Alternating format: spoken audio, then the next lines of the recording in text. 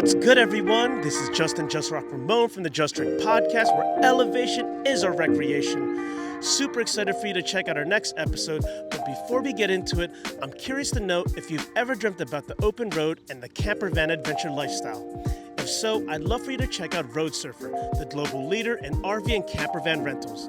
With over 70 rental stations across Europe and North America in 16 countries, they make it easy to hit the road wherever adventure calls. You'll find locations in places like Los Angeles, San Francisco, Las Vegas, Denver, and more. Use our promo code JUSTTREK for 11% off your next road trip adventure, whether you're exploring along the coast, in the national parks, or a new city. Book now at roadsurfer.com and experience van life made easy. Link is in the description. Now to get back to the episode, my inspiring guest goes by the name Nikki Taylor, aka Adventure Pea.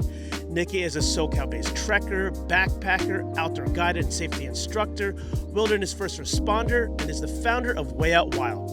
We chatted about Nikki's first hiking memories, her journey from the Philippines to Colorado to Los Angeles, the diverse outdoor experiences she fell in love with, the origin story to creating Way Out Wild, female empowerment through outdoor adventures, their REI meet and greet experience, her top trails in California, hosting outdoor safety classes, the 6-Pack of Peaks Challenge Way Out Wild edition, personal trail moments that shaped her as a founder and guide, the importance of stewardship and protecting public lands, and the one outdoor experience she would relive all over again.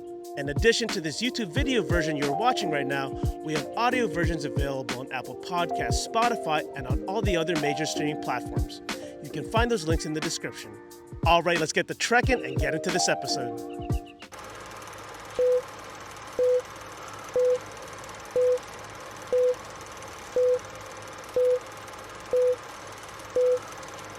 All right, y'all, we are back at it with another episode with another inspiring guest. We're out here in Debs Park, one of my favorite parks in all of Los Angeles. And right here next to me is quite the community leader who empowers women to thrive outside. I'm here with Nikki Taylor, aka Adventure Pea, SoCal trekker, backpacker, wild keeper, outdoor guide and instructor, trail sister to On Trail With, and the founder of Way Out Wild. So super excited to say, welcome to the Just Trek podcast, Nikki. Oh, thank you so much. I am so happy and so thrilled to be here. Yeah, it's so great to have you on, and so great to have a fellow Filipina, fellow Phil-Am on the show representing. Magandang umaga, mayong buntag in my language. See, there you go. We have a ton of languages in the Philippines. Yeah, you speak a few dialects you mentioned, right? Yes, I do. So English primarily. I grew up learning English and also Bisaya, but I also grew up learning Tagalog. I grew up learning a little bit of Japanese. I grew up learning a little bit of Spanish here and there, just a hodgepodge of things. But honestly, primarily, I speak in 2 languages. Wonderful. And that name I mentioned earlier, Adventure Pea, is that your trail name or is that just specifically your Instagram handle? Like, I'm curious to know. You know, I'm glad you asked. It's a really funny story. I think it's my trail name, honestly, even if I really didn't take it to heart, but everyone calls me Adventure Pea. Every time I go on hikes, they're like, where's Adventure Pea? No one, mentions my name or says my name, and my name is on there, but everyone's like, oh, is Adventure Pea here? Is that Adventure Pea? Hey, Adventure Pea. The origin story of Adventure Pea actually came from my husband. He says I'm made of adventure and pee because I pee a lot. Oh my goodness. But so that no one knows that I pee a lot, instead of using the spelling P-E-E, it's P-E-A for sweet pea. Wow. So it's kind of like a hidden, meaning, but anyone who knows me, I'm like peeing every 2 seconds. So so that's how Adventure Pea was born. And it's funny you said that, because someone actually asked me about that recently. It's like, hey, is that your trail name? And I didn't really think about it until recently. And I was like, you know what? I think that's my trail name. Literally everybody calls me that. So I think, yes, that is my trail name. It's official, it's certified, it's adopted. Yeah, because I was like, I really want to know, because with all the guests especially, I'm always curious to know if they have a trail name. A lot of people don't have trail names. So I'm glad that you blessed us with the origin story. Now you all know. Yes, actually, this is the first time I'm actually making that public, that it is my trail name. but everyone already knows me as Adventure Pea. Well, thank you for sharing that origin story. And I felt this conversation was bound to happen soon because the past couple months, as I was mentioning to you earlier, I've just kept running into your group, Wild, but you were never there because you have several co-leads and guides. I remember running into your crew at Sturtevant Falls. I believe it was a breast cancer awareness hike. Recently on Ontario Peak, I saw some of your members, and there was just a bunch of other trails. But each time you were not present, and I would always ask your members, like, hey, by the way, is Nikki or Adventure Pea around here? And they're like, oh, she's not here today. She was busy, et cetera, et cetera. And I was like, oh man, like, am I ever gonna meet her? Because I've been following your journey for the past couple of years, you know? And I also noticed that you were a fellow Filipina, and that also stood out to me too, because yes, we have our fellow Filipinas out there, but you know, I feel like it's less of us out there, but we represent just as hard. Agreed. And finally, I think it was 1 month ago, we finally crossed paths on one of the most gorgeous trails in all of Southern California, that being the Cucamonga Peak Trail. Yep. And I remember it was after I was trekking from Ice House Saddle, which is the big intersection where you can go in many different directions. And I was ascending the last 2 miles, and you were descending from the peak with a few members of your group. And it was like on one of the northern slopes. So it's like, there's only like 2 Really feet wide. awkward. So I was hiking up, and then you came into my vision, and eventually we crossed paths because it's single track. Yep. And I was like, I think that's her. And I was like, I'm just gonna blurt it out. Hey, are you Nikki or Adventure Pea? And I think you're like a bit taken aback. Like, can you go back to the moment and like just like what your reaction was and how you felt? I think I'm always thrilled and excited to meet people on the trail, people who know me either just by my account or has heard my name. But I think it took me aback a little bit because of multiple things. One, I was at the time really focused on getting one of our participants down because she had really bad AMS. She was suffering from really bad acute mountain sickness. And so I was taking her down, just kind of focusing on her. And also sometimes, like, I'm always happy to meet people on the trail, but you never really know, you know, there's so many different trails, so you never really know who's gonna run into you. And then also, you of all people, I've been wanting, I think that was the most taken aback. I was like, wait a minute, am I finally meeting him? Like, I've been wanting to meet this guy for so long, like, wait. So it was multiple things, and I was just, I was taken aback, but in a good way. I was like, oh my gosh. So, you know, I've been following you for a couple years, and one of the times that really stuck out to me was when you called upon the community to talk about safety because a hiker had passed away, and that was really an amazing thing that you did for the community.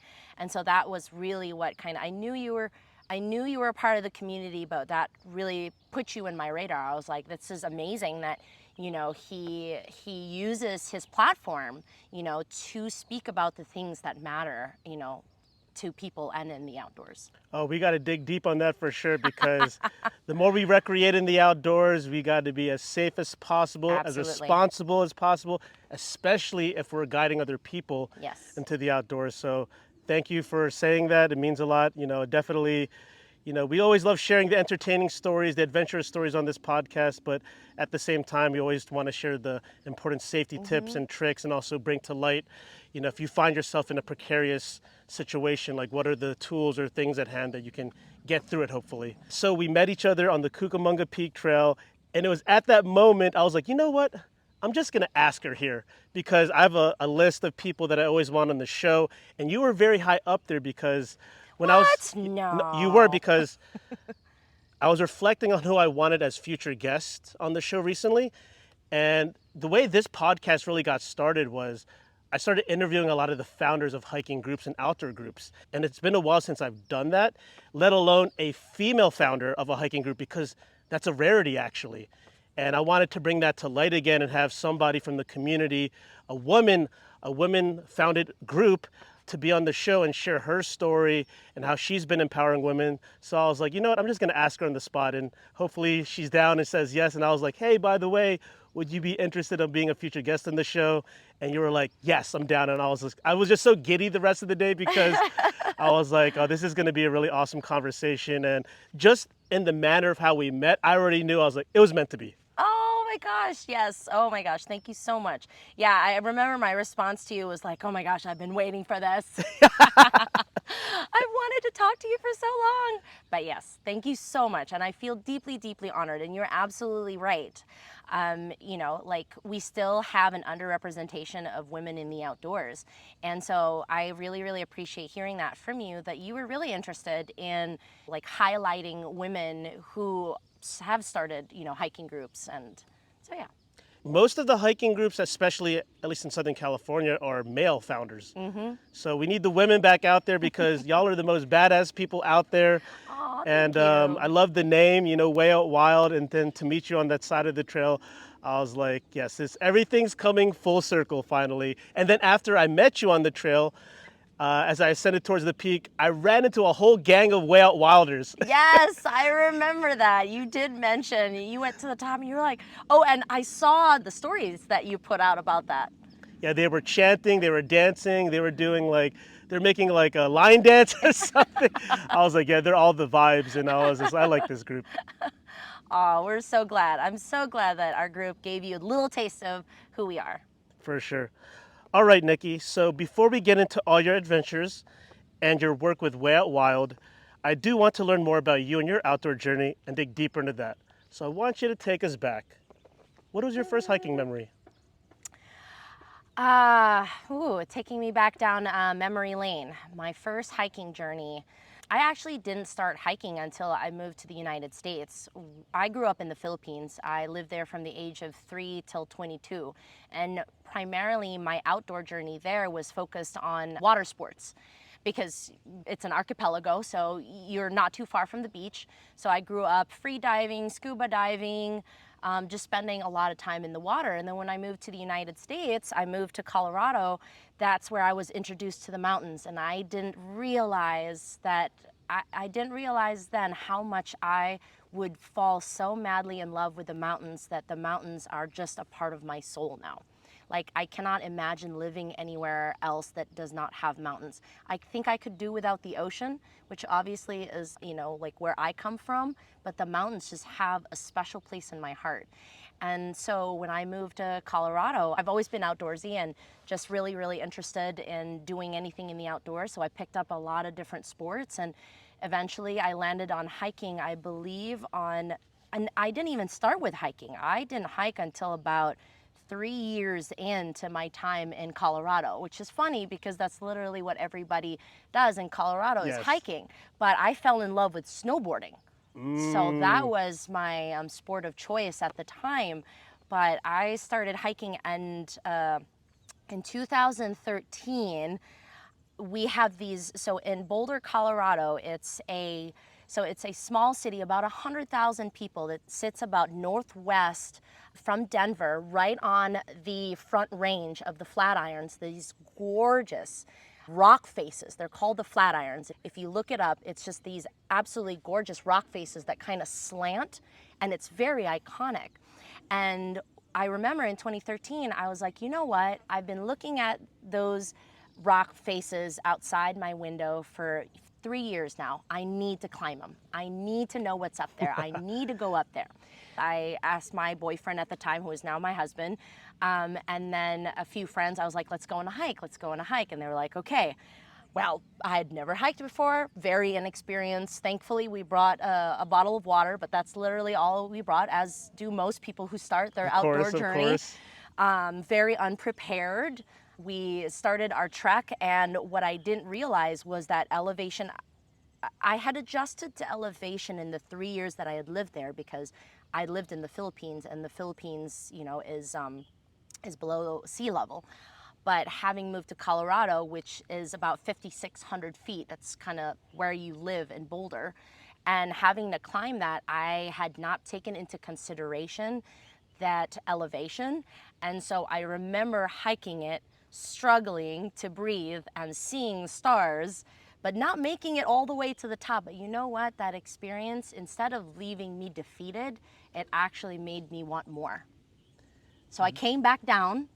I didn't complete it. I came back down telling myself I'm going to finish it. And that's how my hiking journey began. You know, I always feel it's sweeter to have redemption. You don't always got to complete that trek on the first time. Agreed. Like you might be a bit demoralized. You took a lot of key learnings, takeaways from that day, but then you go back to that trail, back to that mountain, super prepared. And then when you summit, that feeling is just like none other. Yes, I totally agree. I attempted it again. I believe I attempted it again about a year later. And at that point, I was better prepared. I had a backpack. I carried a lot more stuff. I was not introduced yet to the 10 essentials, but I did bring a lot more things, and I did summit. And oh my gosh, the view from the top was just incredible, and that feeling of accomplishing something like that was just incredible. And that message is actually what I tell the women in our group. It's, a lot of times when they have their eyes set on a goal, they want to complete it. But I always tell them the mountains will always be there, but you won't. Like you want to make sure that you are safe, you are taking care of yourself. The mountains will always be there. But there is a possibility that you won't. If you get sick, if something bad happens to you on the mountain, if you get injured, if you have to get rescued, it's just not worth that risk. And you're absolutely right. I also tell them, it's like, I guarantee you, when you come back, that accomplishment will just be like 100 times sweeter. I know because there's been a handful of mountains here and even SoCal where I had to turn around like 1 mile from the summit, or like a precarious storm came out of the blue, felt really demoralized, but you come back, you live and learn. I know this was a while ago when you had this first hike memory, but just out of curiosity, do you remember the trail name by any chance? I do not, but it is the trail that leads to the second Flatiron. Okay, the second Flatiron.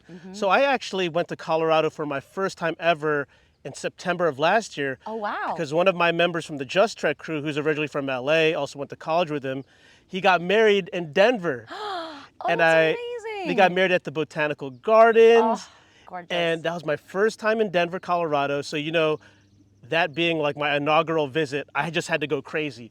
I did my first 14er, Torrey's Peak the day after I flew in, did a bunch of solo hikes, and I was just so blown away by the dramatic outdoor landscapes of Colorado. Like, I didn't even need to hike. Me just driving on It's already gorgeous. these mountain roads, my jaw was just dropping in every single direction. So for you to live there for a few years and then also come from the Philippines where you were doing the water sports, because the Philippines, if you guys aren't familiar, world-class free diving and snorkeling, like best in the world. A lot of the islands in the Philippines are rated like #1 in a lot of travel blogs. And where in the Philippines, where exactly are you from? I am from Cebu. So it is the second, not by size, but the second largest economy in the country.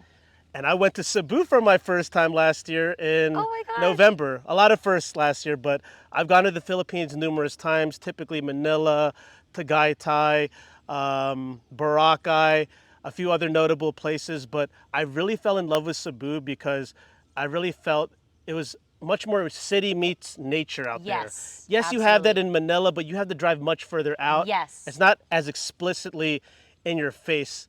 And I just remember I was like, okay, I think I like Cebu. I'd rather visit Cebu. I love you, Manila. I love all my friends out there, but Cebu had my heart. I did the Kawasan Falls canyoneering. Yes. Oh, I've done that too. It's incredible. Yep. I did the whale shark in Oslub. Oh. That was incredible. That is also, I understand, like a bit of a controversial It is. practice in the world because it's like, it's not natural how they're feeding the fish. Yes. But so I definitely took note of that. But yeah, I did all the things in Cebu and I feel like I only touched the surface. That's amazing. Oh my gosh. I love that you love Cebu. Every time we've had people go over there, from Manila, from Manila or from other cities, they really love it. You're absolutely right. That's how I grew up. It's just, I got to grow up in a city, but then nature was just so accessible. I lived up in a subdivision up in the mountains, so the mountains were behind me and I always had a view of the ocean. It wasn't too far, only about a 35 minute drive on a good day to get to the ocean. And so it was just, that was a part of my life. And I always wonder if just having that connection to nature and not realizing it back then is actually what gave me that connection to nature today. That would make sense. It was embedded in your DNA Yep. already, but just on a tropical island. Yes, exactly. I also went to Olongo Island, visited the bird sanctuary, and I did a solo hike where I almost passed out. Probably wasn't the smartest to do it at this time, but I did the highest point in Cebu City. Maybe you're familiar, Mount Babag. Mm-hmm. I Yes. did. Oh my my God. gosh, you did it. That was so much crazy logistics just to get to the trailhead because I had to like go to the church, get one of the moto bikes. They had to bring me up the mountains. They dropped me off in the middle of nowhere at this abandoned basketball court, and I was like, gosh. here I go, my crazy solo trekker self. I know the Philippines is, one of the things, like now being where I'm at today, and whenever I go back home, it just always amazes me that the Philippines, has so much diversity when it comes to in terms of natural resources, plant life and animal life. It's actually still one of the places on the planet where scientists keep going to and discovering new species. But the sad part about that is how, and it's just, my personal opinion, the sad part about it is how our government, has not worked towards or at least do more on preserving it and doing more conservation efforts in terms of also giving it access to people, because it's also, whenever people have more access to the outdoors and they're given education about their outdoor spaces, they become their fiercest protectors. Yes. And so hearing your story about, like, I had to be dropped off in the middle of nowhere, and that's such a common story. And I'm like, well, wouldn't it be wonderful if the government was like, well, the outdoors is great for our people's well-being, the people, if we introduce people to these trails, they will help us in becoming stewards of the land. So why not make these trails more accessible to people, and also at the same time add this to our education? Yes. So it's just, yeah,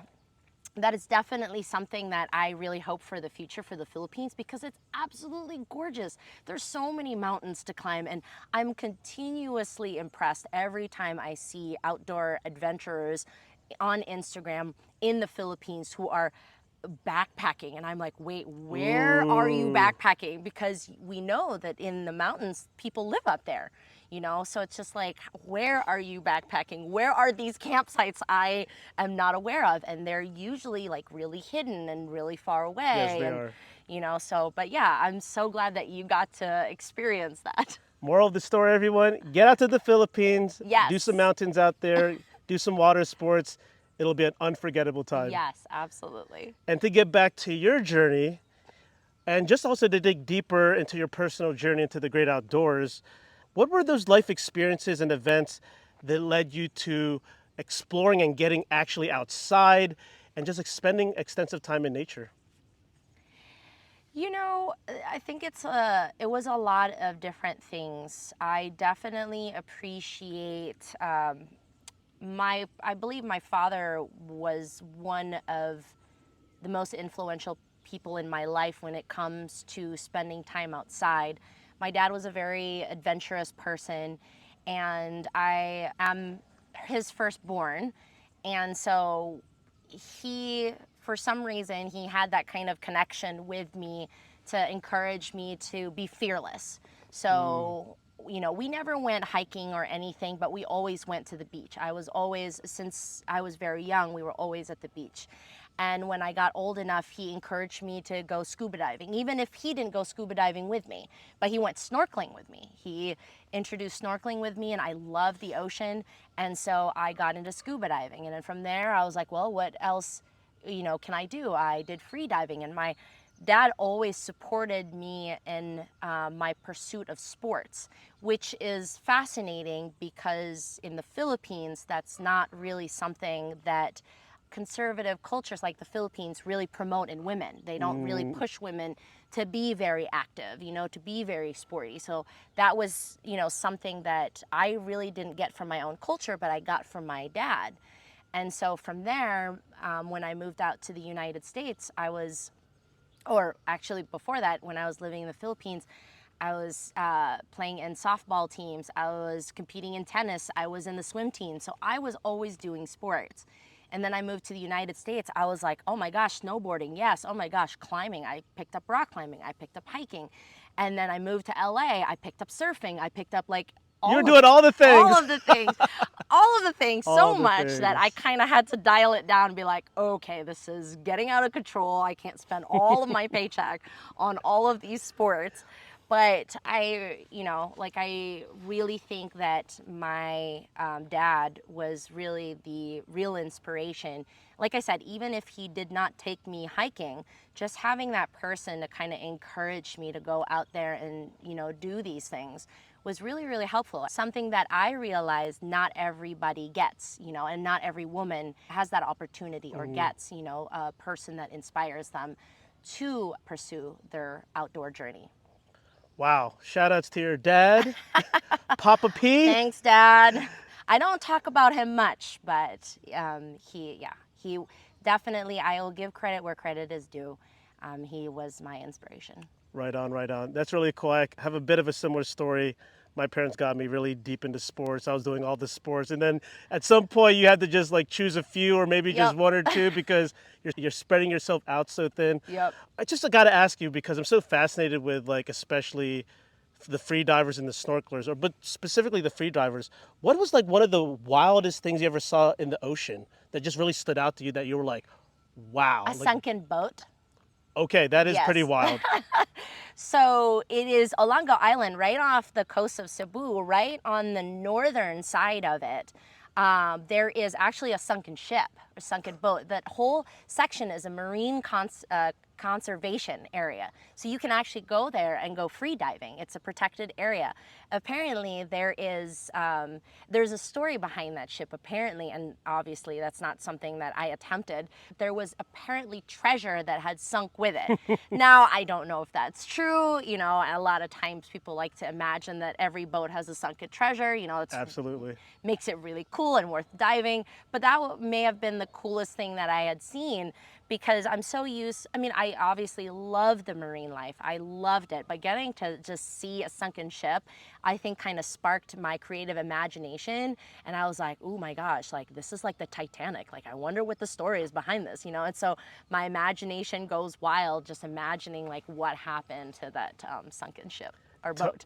Totally. I just had to ask because, we don't get to talk about free diving too much, or have guests who specialize in that, or just have experiences in that. So you moved from the Philippines, you went to Colorado, and then you made it out to SoCal, specifically in LA. What brought you from Colorado to LA, out of curiosity? It's really funny because whenever I tell people that story, they always say, wait, isn't it supposed to be the other way around?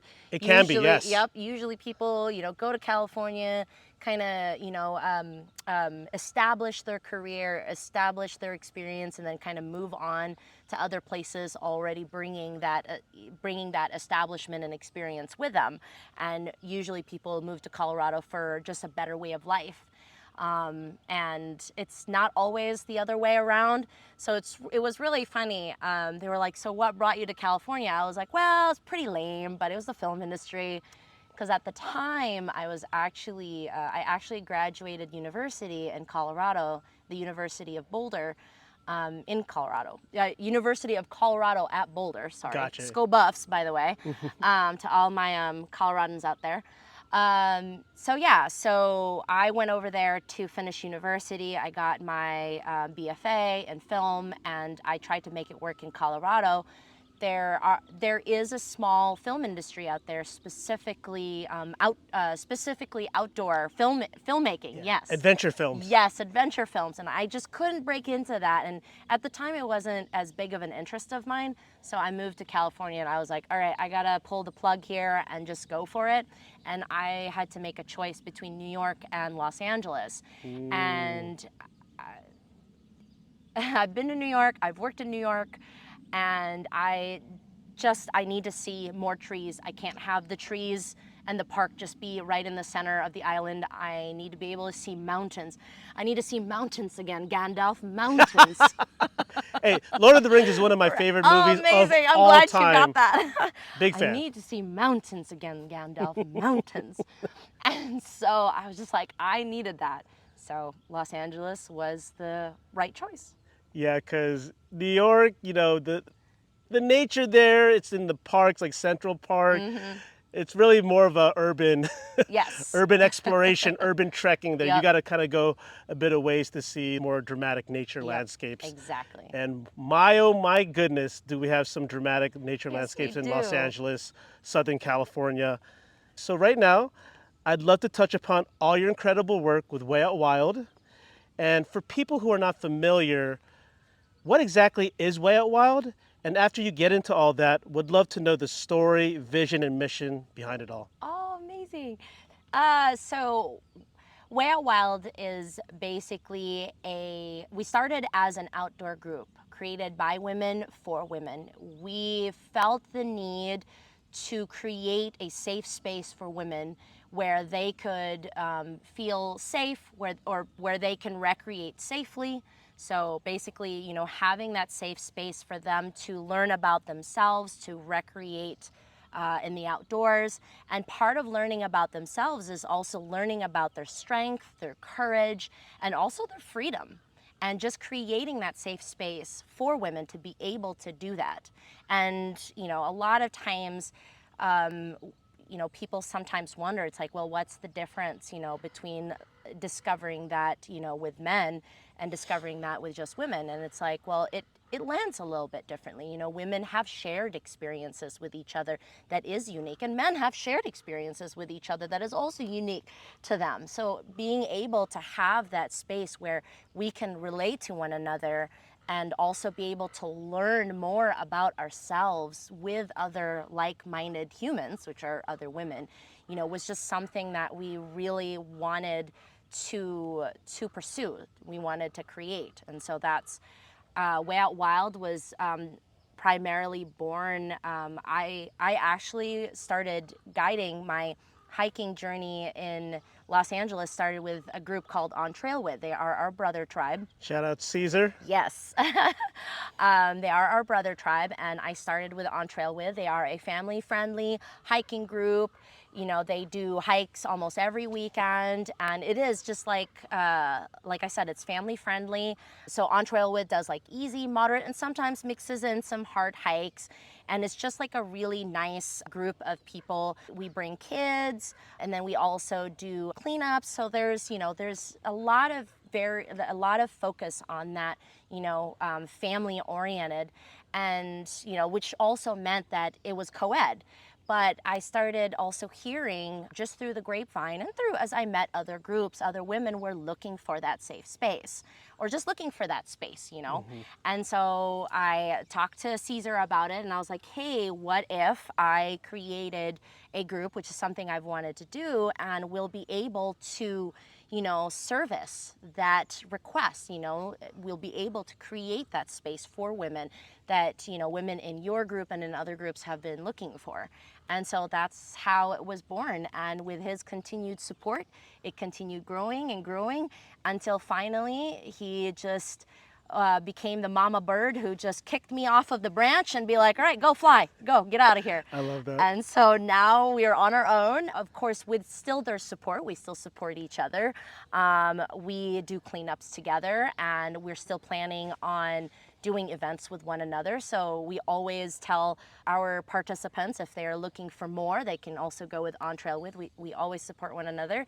It was about time that he basically kicked us off the nest and was like, all right, you guys are ready. Now go, fly, That's a make sign this of happen. that's a sign of a good leader when they're like, you know what, like do your thing, get out there into the world, plant your roots, Yes. grow your movement. We'll be in touch. Yes, Not only will we yes. be in touch, but we'll keep collaborating because, like I mentioned, I think earlier, I really took great notice to all the massive collaboration cleanups Yes. that you all would host with the Keep Nature Wild, I Yep. believe, right? Yeah, we've been doing that for years, and yeah, it was just a really great way to also connect with the community. We connected with all of the different groups. We connected with Hafa, we connected with Devil Dogs, we connected with A Toda Madre, we just connected with all of the groups, and it was just incredible. It was incredible to see that community over competition, that coming together to do something that matters to our community and to the outdoors. It was really, really beautiful, really wonderful, and I'm just so glad to be able to now be a part, of this community. And what year did you start Way Out Wild? So technically, we started as a group 2 years ago. 2 years ago, Yeah, okay. so we're still very young. On Trail With has been around for about 4 to 5 years. So I stayed with them for most of that duration. And then 2 years ago, I decided to make Way Out Wild. I was still guiding for On Trail With, and we just started as an adventure group. We started guiding hikes, and then I couldn't help myself but introduce my love for backpacking. So I noticed I that. created a course specifically to teach beginner backpacking. And then we started guiding backpacking trips, and we were like, oh my gosh, this is growing bigger. And at the same time, we started growing also as a team. We started gaining more guides. In the beginning, Caesar was very, very nice to share some of his guides, women that I also love and guided with, and more than happy to help us out. And then we started accumulating more guides, more people, and then we were like, okay, I think we need to make a decision. We need to make something with this. And so we actually are now working on getting our nonprofit status and Wow. becoming a full nonprofit company. Very, very exciting. When I started doing more research on you, or just even looking at your Eventbrite page profile and also in your Instagram profile, like your link tree, I was so impressed at the programming you offered. All kinds of experiences, beginner backpacking, advanced backpacking in the backcountry, day hikes, outdoor safety classes, the whole shebang. And everything was so well organized. I was like, yeah, she knows what she's doing. I wonder if she was like an organizer back in the day, or like worked at an event company, or like had already done these kinds of things, because I really like how thorough everything was and how everything was presented. Thank you so much. I really appreciate you noticing that. It actually helps to have worked in production management when I was There it working is. in the film industry. Exactly. So my job was working logistics, scheduling, just a lot of moving parts. We had to basically work on we basically had to manage hundreds and hundreds of people working on a film set. And so that's from their paperwork to, getting all of their needs and, getting them all set up in all these different systems, just, dealing with scheduling, budgeting, all of that stuff. So all of that experience really helped me in organizing all of this. That's cool. I have an event producing background too for a Oh, very that's long time. amazing. I did not know Not that. not in film producing, but like event producing, event marketing. I used to organize different kinds of events, dance events, events for travel companies. So that was like, she definitely has a very logistical mind, I can tell. Oh my gosh. Yeah. I took notice of that. Yeah, and so that's really awesome to hear that. Yeah, and you can see how those skills are very transferable. It makes it like so much easier to kind of put things together and just organize all these different parts. But also one of the things I started realizing is as we were growing and getting big, I was like, whoa, I need more help. Yes, and you have a few or several guides now, right? Yes, yes. Yeah, how big is the team now, would you say? Oh, wow. I would have to count with my hands, but I believe we are a team of 12 right now. We have 6 staff, 4 people in leadership, and and then 12 guides in total. Wow. So it's a big and growing team. Right now we're all volunteers, even myself, just trying to make this happen and just trying to grow Way Out Wild and see where it goes. Like, we really believe in making outdoor experiences and outdoor education as affordable as possible. We want to make sure that it's inclusive, not only for, different folks of color, but also for people of different economic, backgrounds. We understand that, in order to be fully inclusive, we also need to put into account everyone's economic background. And so going nonprofit made the most sense to us, so that we are able to subsidize, and keep those costs really low so that we can continue helping the community. And the name Way Out Wild, I gotta ask, how did that name come about? again, based on my first story about Adventure Pea, who do you think that came from? My husband. It all roots back to your husband. Yep. It all roots back to my husband, who is my #1 fan, my biggest supporter. He was the one who bestowed me Adventure Pea, and he also bestowed us Way Out Wild. When I first started 2 years ago, I think we started with the name Breakaway Backpacking, but I wanted to do more than just backpacking. Even if backpacking was like my biggest love, I wanted to do more. I wanted to basically be the nonprofit version of REI. I wanted to be able to supply all of these experiences and these outdoor education and be that one-stop shop for it. So we definitely had to change the name.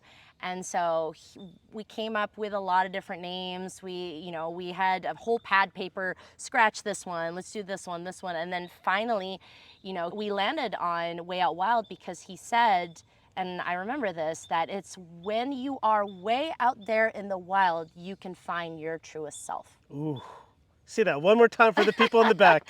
It is out there, way out in the wild, where you can find your truest self. Let that sit in, everybody. I really love that you said that. And speaking of REI, you actually had a full circle moment, it looked like. You had a meet and greet at the REI at Manhattan Beach with your group. Yes. Want to share a bit about that experience and how that felt? Yes, it was such a wonderful experience. We had such a great time. So basically, our brand and partnerships manager, basically one of our guides as well, she had a connection over there, and we started talking about the possibility of just meeting the community. We wanted to do more outreach, and so we wanted to just start somewhere. And we landed with REI, and she had a friend that worked at the Manhattan branch, and so we got in contact with them, and they were more than happy to just let us set up our little booth outside and just invite friends and invite people, let everyone know about our group, and just reach out, have a few hours to kind of talk to the community. And it went very well. We met a lot of new people. We had a ton of different giveaways. We had a few friends who have been with us for a very long time come and hang out with us there. Juan was there from Possum Adventures. Patty from Himente. I'm sorry, Patty. Yeah, I'm butchering. I always call her it's Patty R. That's her. But yeah, she was there as well. So we had a lot of different supporters come and join us. And it was such a beautiful day, and it was also just a great way for us to connect with REI and connect with their team. And because we really do believe in their vision, and we align with what they are trying to do, and they really loved us. They came out and were like, "Oh, what are you guys all about? Like, oh my God, you guys are having the time of your life out here. You guys are super fun." So they'd come out, hang out with us a little bit, go back inside, come out and hang out That's with cool. us for a little bit. But yeah, it was a wonderful time. Congrats on that Thank community you. event partnership with them. I especially love that location, the REI Manhattan store location, because it's also next to the resupply store. Yes, exactly. And if y'all are not familiar with the resupply store, it's where, if you're a member of REI, it's all the secondhand and used gear that you can get at like 40 to 60% off. At a fraction of the cost, which is amazing because it also speaks to their environmental stewardship, because we're so used to being in a state, or we're so used to being in this culture of fast fashion, like buying and buying and buying and buying, right? 100%. But when it comes to outdoor gear, like it is very, very expensive, because it is made with high quality materials or specific kinds of materials that you don't really find in fast fashion. But also it's like understanding that, while that gear will last you a long time, it doesn't stop it from being expensive, and can also become a barrier for people who want to recreate in the outdoors because they see that price tag and they're like, well, I can't afford that. So it's really amazing that they have this one store to really reach out to that section of the community and just really break down that barrier and just say, hey, recreating in the outdoors doesn't have to be expensive.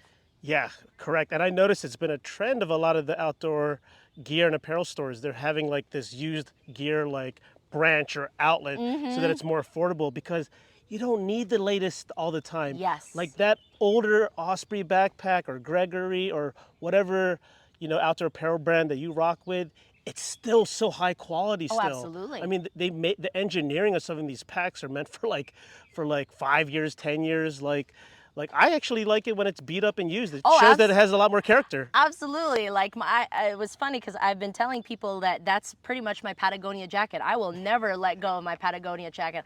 I want there to be more patches each Yes, time because yes. if you see the patches, you know that I've been out there. You know that I've been using my gear to the fullest. You know that I've been adventuring for real. There is a story for each patch, right? Exactly, exactly. And are you able to share any other community highlights, whether it's from your group hikes, backpacking trips, camping trips, or even like I know you have outdoor safety classes? Any other community highlights from your group that you would like to share that really stick out in your mind? Actually, one of the things that sticks out in my mind is our outdoor safety classes, which we have not brought back this year because we're changing it. We're adding more to the curriculum so that it becomes a lot more robust. When we first started with our outdoor safety class, it actually came from a place of just concern, and I really believe that education is key. Education is key in protecting our outdoors and keeping people safe and keeping our outdoor spaces safe. And so the purpose for that outdoor safety class really came from when I started hiking and I started guiding groups. I was noticing that people were always getting rescued. I mean, recently during that heat wave, people were getting rescued from Griffith Park. And I was like, that is just unnecessary. Like, you shouldn't have to be rescued. And it's actually one of the first things at Leave No Trace, which is actually be prepared. You know, that is the number one, because every time you are prepared, you actually help us protect the environment. What does that mean? Whenever you get rescued, search and rescue is not concerned about their impacts on the environment. They're there to rescue you. So if it means that they're trampling on the side of the mountain, destroying local plant life and also disrupting local wildlife, like, that's not their concern. Their concern is to rescue you. And so I never thought about that. Yep. So that is actually where Leave No Trace, the number one is, be prepared. I noticed that and I was like, okay, like, this is all unnecessary. People shouldn't need to be rescued. Like, and also again, like, people have this misconception that it's hot outside, time to go outside. For me, I'm actually more afraid of the heat.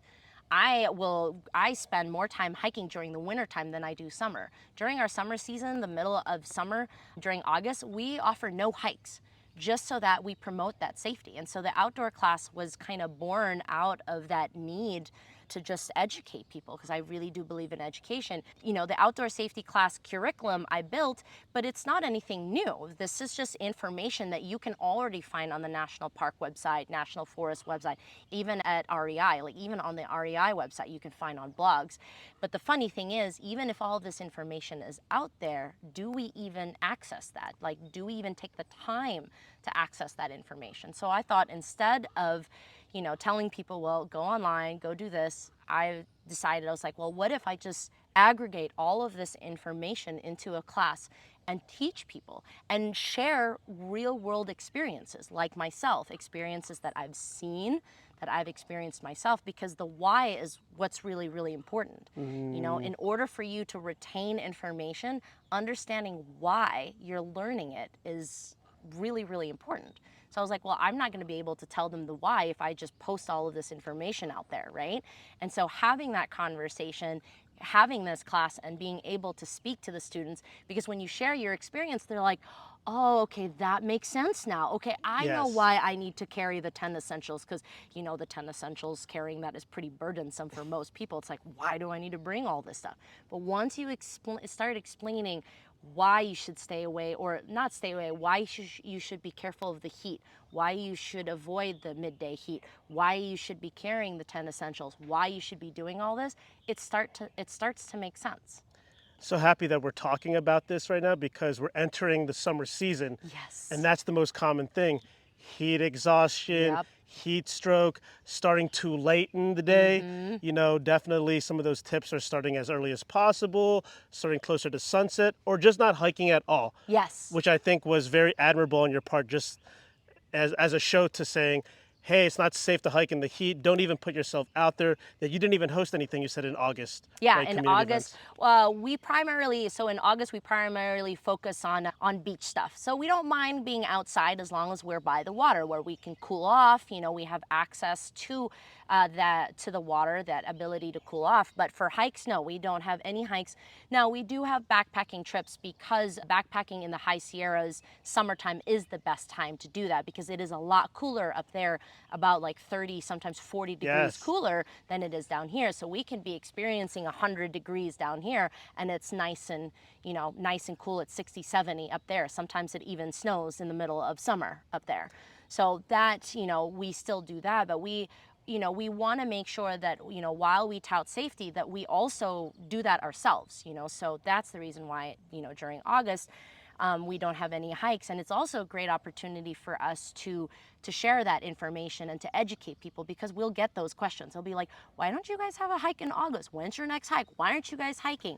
That becomes our perfect opportunity to explain to our community Yes. and let them know. It's like, hey, now while we do enjoy hiking, summertime, like heat exhaustion and heat stroke is a real thing, and dehydration as well. And we want to be able to avoid, those things for safety reasons. And so we just, we come out with a really well explained safety speech to everyone, and just to let them know. And through that, actually, it's fascinating because even when we start our hikes really early, we get that question. It's like, you guys are crazy. How are you guys starting at 3 in the morning? I was like, you call us crazy? There are groups way crazier than us. They're starting at midnight. Yes. Like we're starting at 3 a.m., but it's always a good opportunity for us to be able to educate people and let them know. Education is everything, and it's Yes. so beautiful and special that you offer the outdoor safety classes. When you do that, did you have to go through like a certification process, or is it just like an aggregate of the sum of all your outdoor experiences? So it's actually all of those things. Okay. So I am actually a Leave No Trace trainer. So I'm certified as a trainer in Leave No Trace.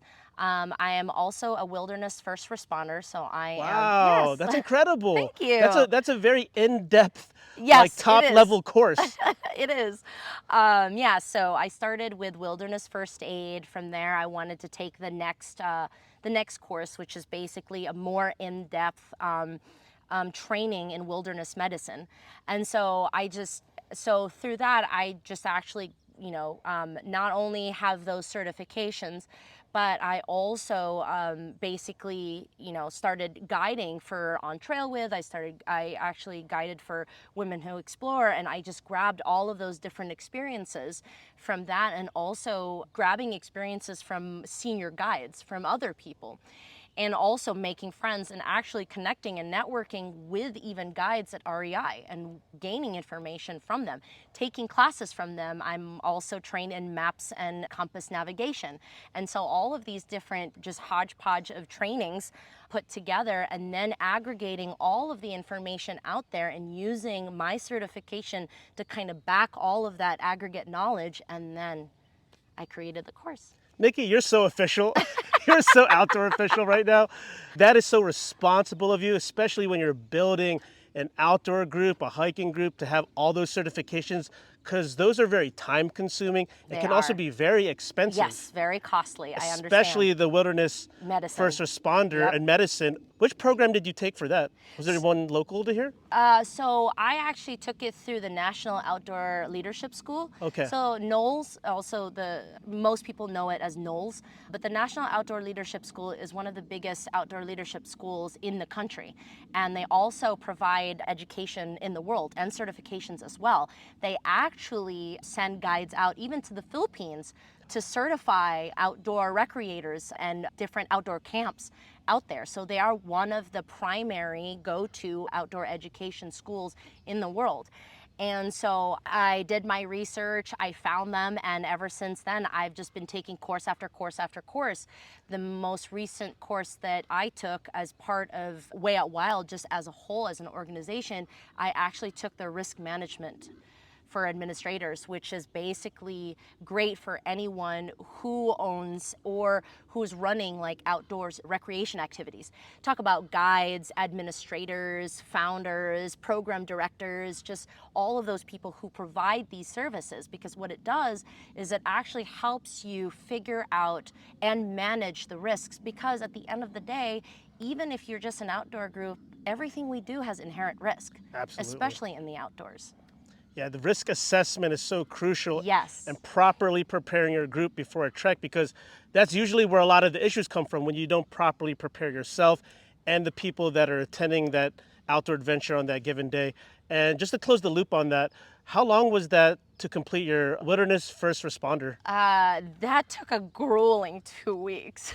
Yeah, them. So, Oh, 2 weeks. Yes, a grueling 2 weeks. So the wilderness first aid so that was the first course that I took. I actually took direction from other outdoor companies, outdoor outfitters. So I looked at REI, because when I was switching from the film industry to the outdoor industry, I knew that, I went to university for film, but I didn't go to university for outdoors. And so I wanted to make sure that if I do it right. So I started looking at other outdoor companies, seeing what they did. And so I started looking at what were the requirements for their guides. And so from there, I was like, okay, I see that all of them, even for outdoor therapy, they actually require a staff member or a field staff member to actually have wilderness medical background. And so I started exploring that, and I saw that they had the most basic one, which is wilderness first aid. A lot of summer camps just require a wilderness first aid. It's taught over a course of a weekend.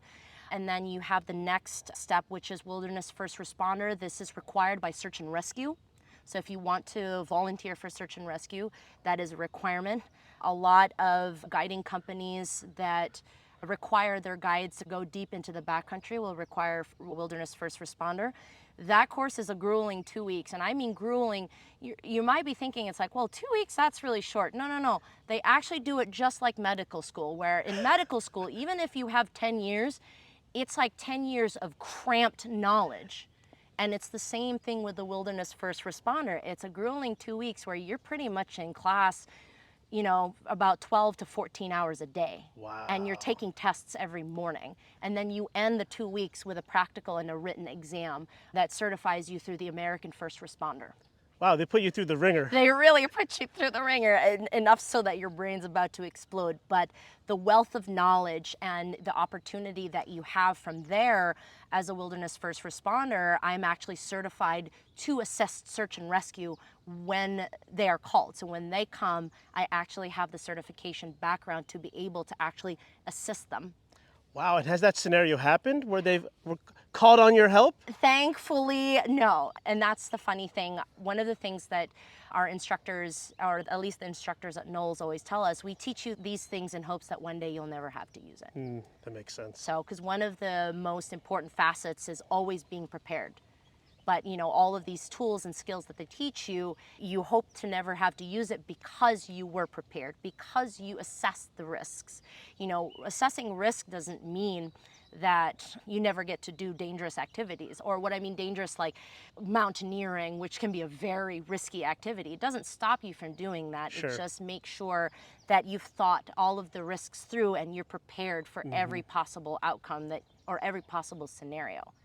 And so from wilderness first responder, the next and the biggest course that they have in wilderness medicine is the wilderness EMT. So you become certified by the emergency medical technicians. Very cool. Thank you for breaking down that the levels of that, because I've taken online the wilderness first aid, but I've always wanted to take the wilderness first responder at some point. I think it's an incredible course. Definitely, I highly recommend it.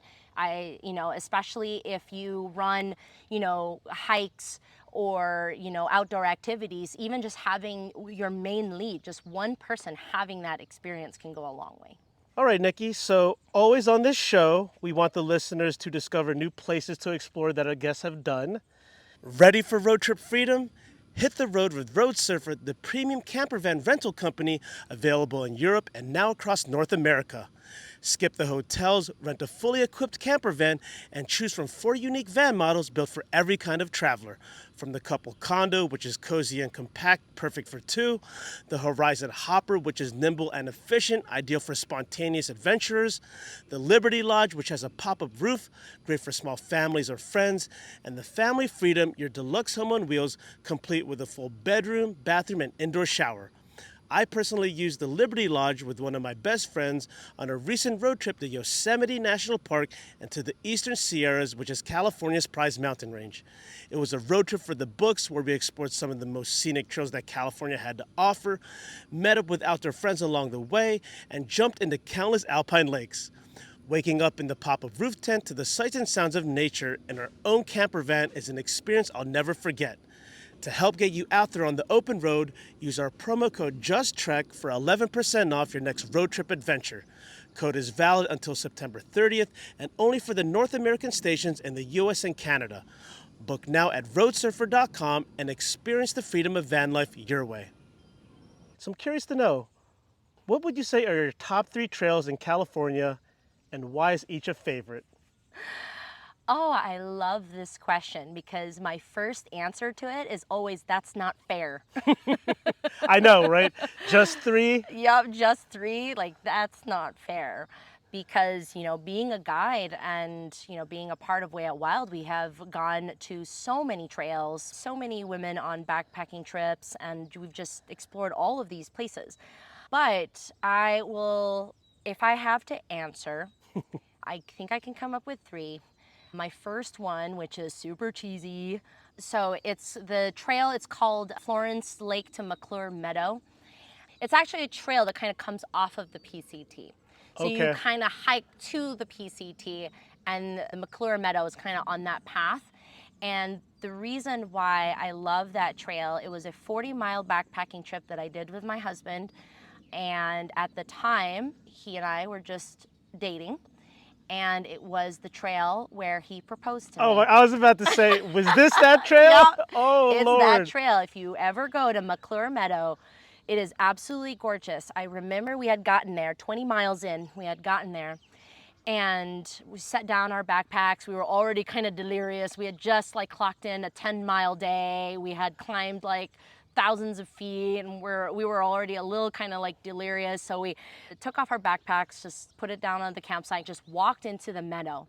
And as he and I walked into the meadow, as I walked, it was the most beautiful, most idyllic scene I had ever seen in my life. Wow. And the only expression I could give, or the only thing I could say, were tears, because it was that gorgeous. I really couldn't handle how beautiful the place was, and so all I did was cry.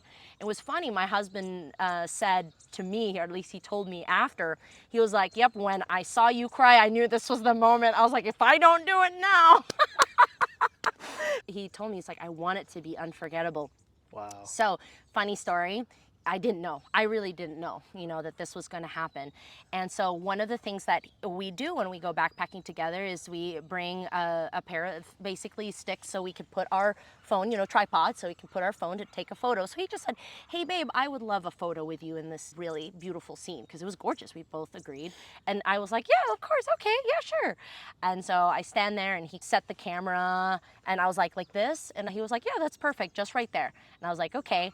And so he put 10 seconds on the timer. He walked in front of the camera, got down on one knee, and he says, I only have 10 seconds to do this, so I'm not going to give you a full wow. speech. But he had picked up a wildflower that had closed. There's this wildflowers on the bank of the creek that opens up during the day and closes at night. So he picked up the wildflower and he said, I only have 10 seconds to do this, and I didn't want to bring a ring because I knew you would find it. And I know you want to be able to create your own, so I'm proposing to you with this beautiful wildflower. Will you marry me? What a story. What is the name of your husband? His name is Benjamin Krause.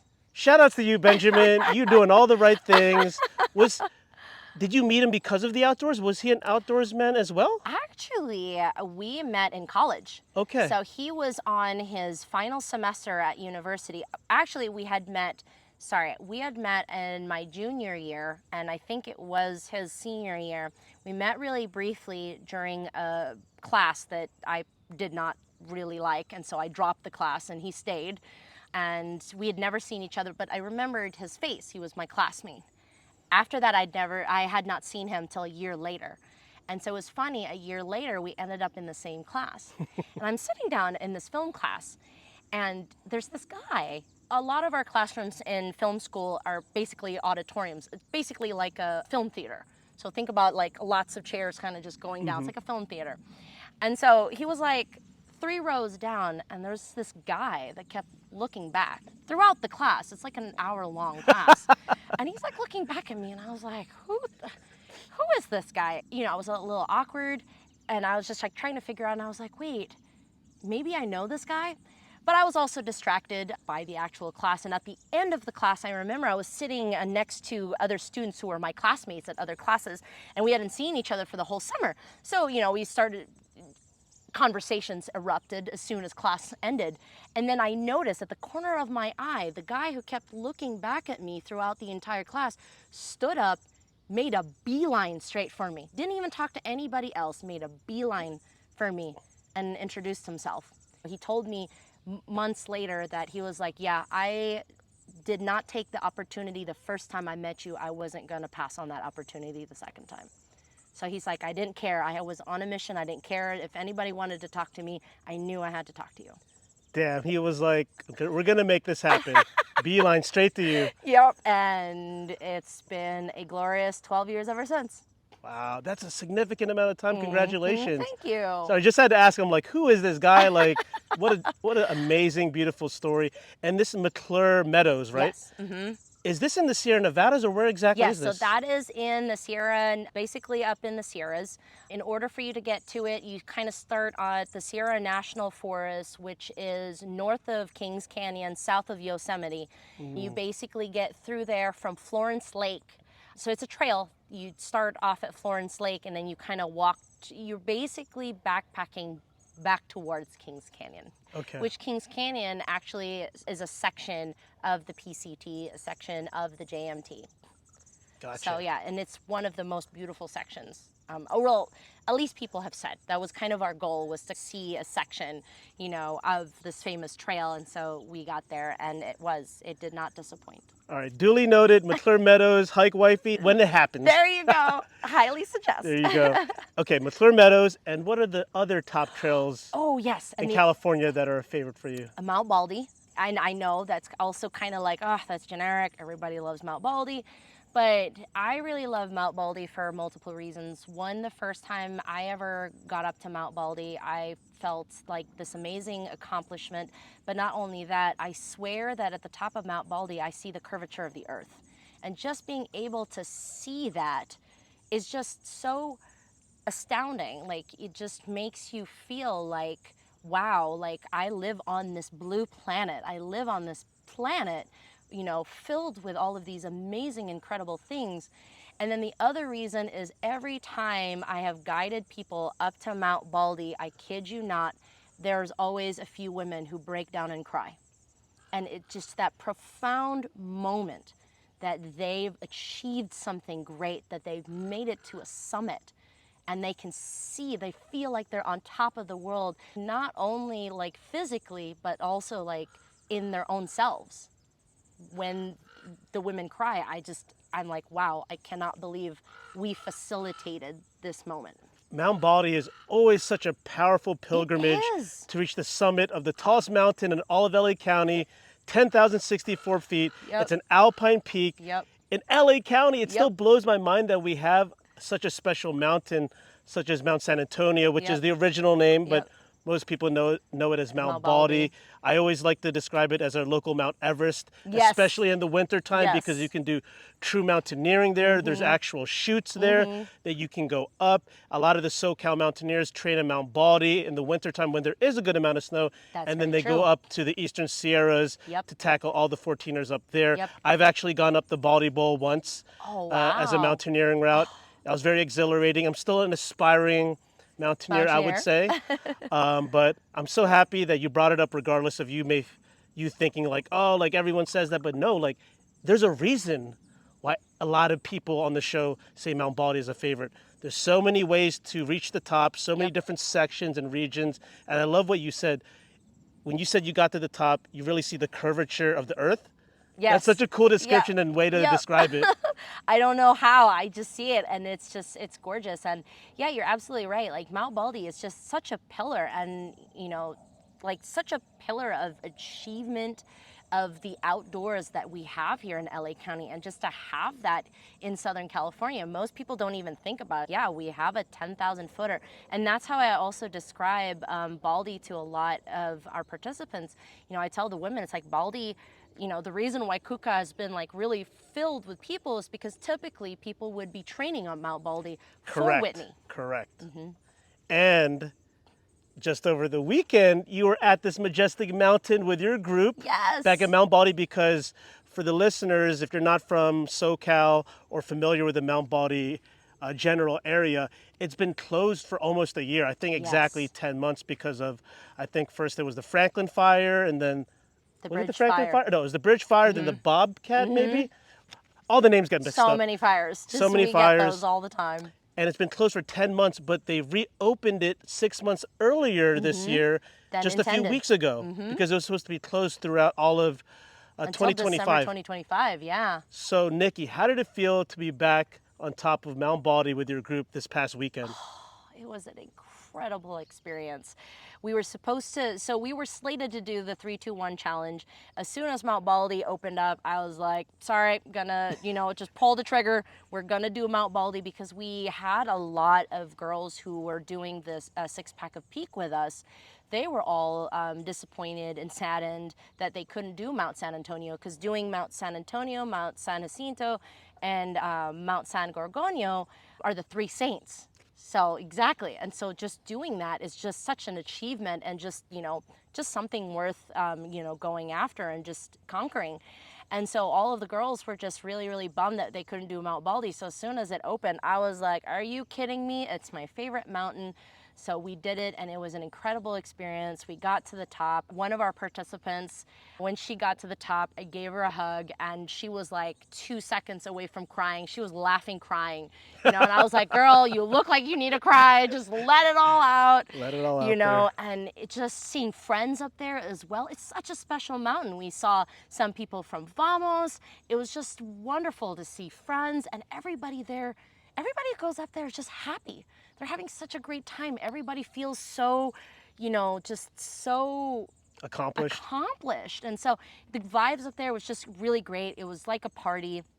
But yeah, it was a really incredible experience. I kid you not, every time I've been on Baldy, he just never disappoints. It's always a summit fiesta at the summit. Always. What's your favorite way to experience it? What route exactly? Out of curiosity. I actually prefer, so thanks to Trek Wonder, Brian, who introduced this to me a few years ago, he introduced me to the loop. I always love doing loops because I love being able to see like a lot of the trail, not kind of just out and back. So we usually start from the Baldy Bowl Trail, usually up to the ski hut. From the ski hut, you make your final 1.5 to 2 mile push to the summit, and then from the summit you go down the Devil's Backbone to the ski resort, where by the time I get there, even if I've explained to people, it's like, I promise you it still counts if you take the ski lift. I'm always like, nope, I've already done the summit. I'm ready for the ski lift. I'm ready for the short little nap while I'm on the ski lift. Yeah, it's so awesome that we have the opportunity to take the ski lift down because it is still 2.5 miles from I think it's called the Top of the Notch restaurant back to Manker Flats Campground.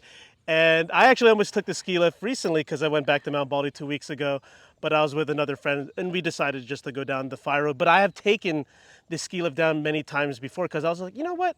It's already been a day. Yeah, exactly. I just need to get back to my car, There's go back no to the shame. city. I got things to do as well.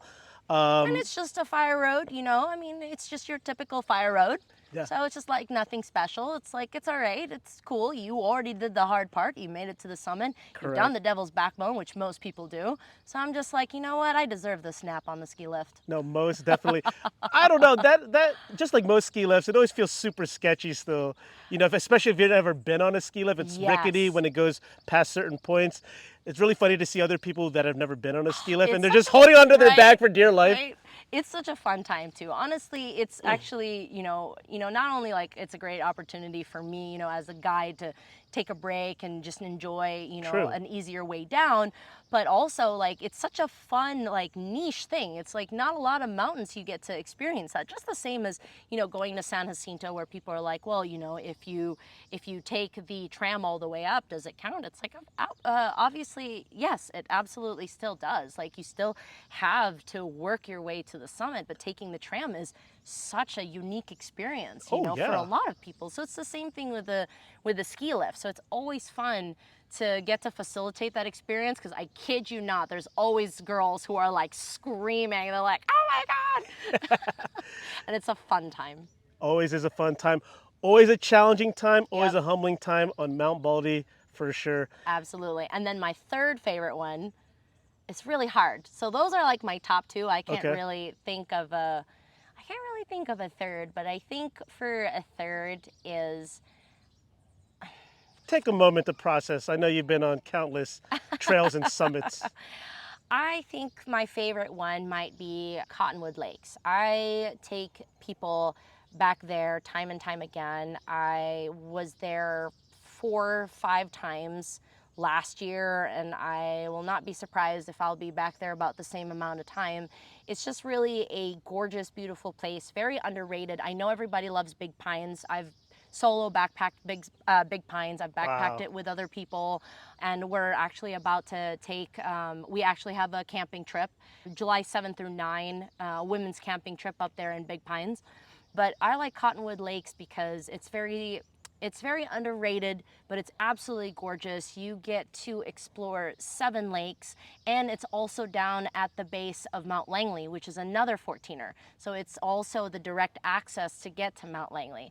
But that whole area you get to just explore. There's high alpine lakes, and it's just absolutely gorgeous. It is also the beginning, I believe, of the John Muir Trail. If you're trying to do the John Muir Trail, JMT. it is the entrance or one of the entrances to it.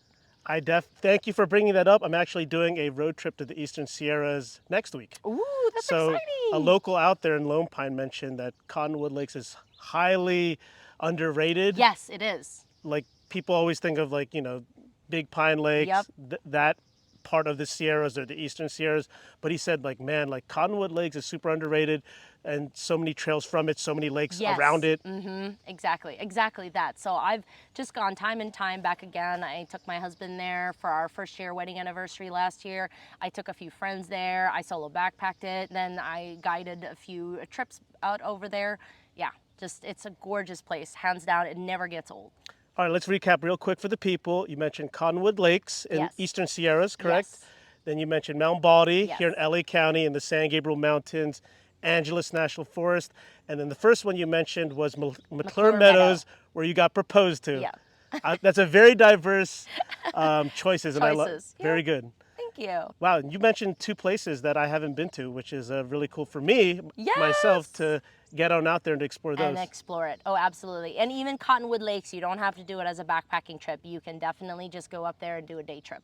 Is there a specific lake around Cottonwood Lakes that you would highly recommend me to explore? Ooh, that's really tough because all of them are really, really good. Okay. I love going so Cottonwood Lakes go up to Cottonwood Lakes 5. So there's 1, 2, 3, 4, and 5. Wow. Going up to 4 and 5 are my favorite. That takes you up Old Army Pass, which from that area, actually you can see Mount Langley just towering over you. And then I also like the new Army Pass section, which is on the other side, because it's got Long Lake and High Lake, which is really gorgeous. Depending on the time of the year, you actually get to see ice still hanging off the side of the cliffs, and just that water kind of dripping into High Lake. But if I were to really choose, it would be Cottonwood Lakes 4 and 5. Ooh, I'm getting all the specific intel. You know I had to ask. And you know, that's okay. And please, if you do it, tell me how you like it, what's your experience, because I love hearing from other people. Like any of my recommendations, like I love hearing people's experiences because it's always, it's always unique to them. I mean, just the Eastern Sierras in general is like, I like to consider it California's prized mountain range. Absolutely. Alpine Lake Heaven has so many 14ers. Yep. And just, it really feels like remote, rugged wilderness Oh, out yes. there. Oh, yes.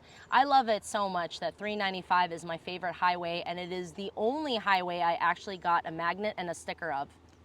Wow. That's how much I love that highway. Yeah, 395 is so many turnoffs for Yep. like lakes, even hot springs as Yep. well. There's a whole hot spring scene. Exactly. So to all the viewers, recommended if you come to, California, Eastern Sierra, take the 395.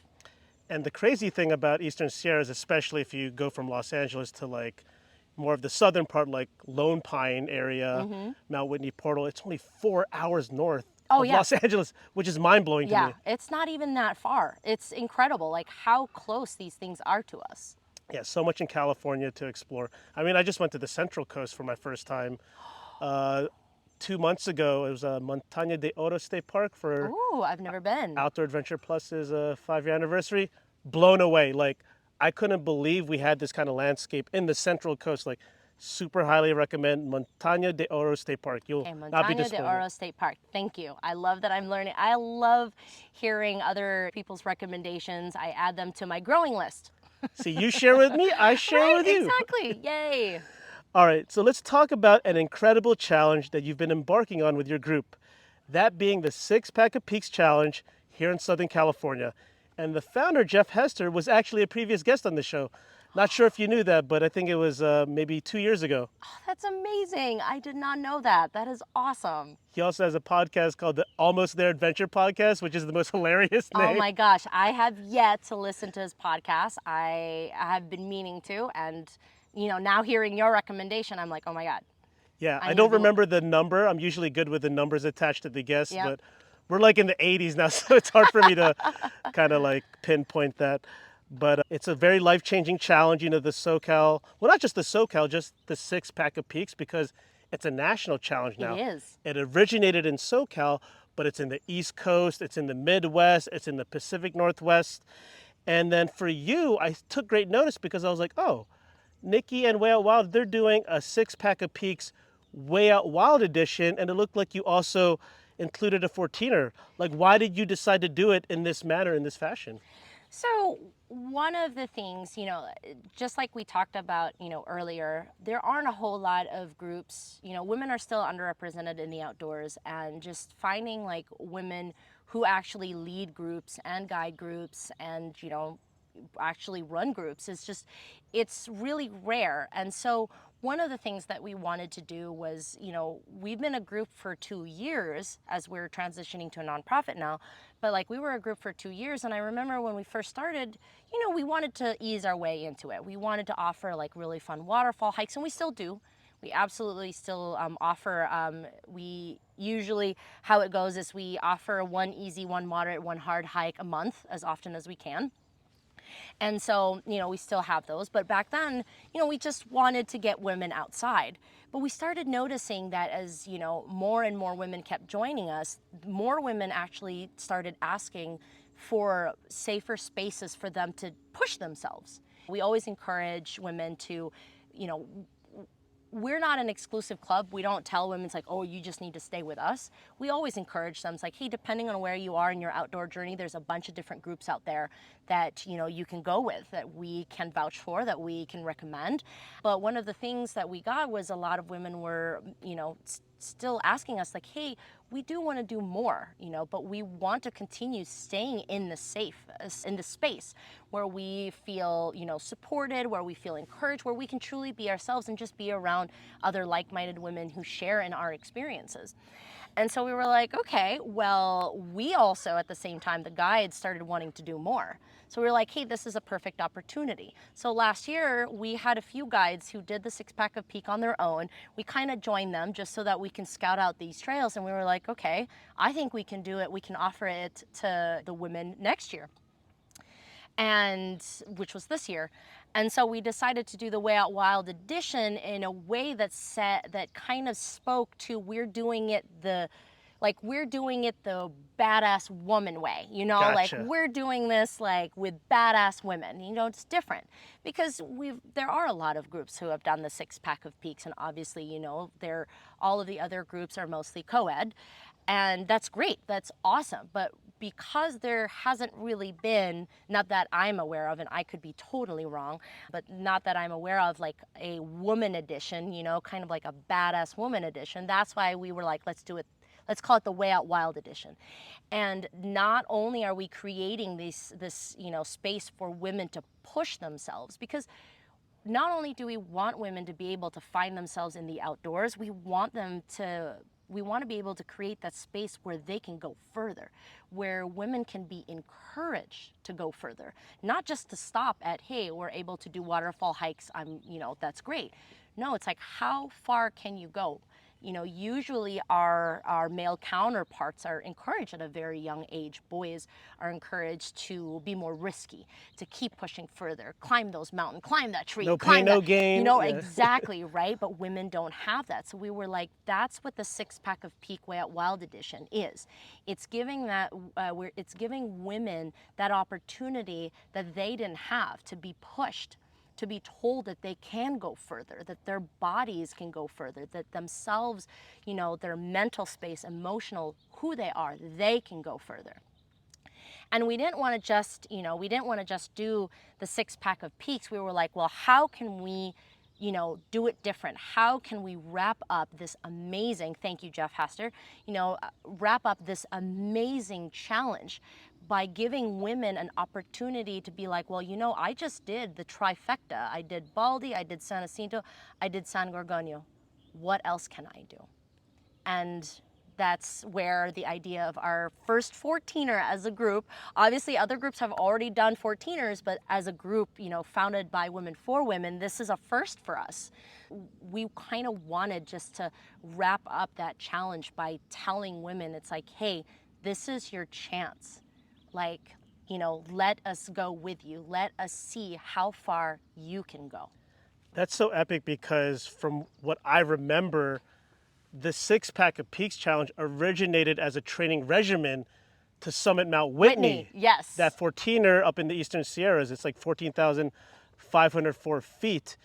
And you're concluding with a 14er, right? Yep, we are concluding. Do you want to keep that under wraps, or are you No. cool to mention what that 14er is? We're definitely open to mentioning it. We are concluding our 6-pack of Peak challenge at White Mountain.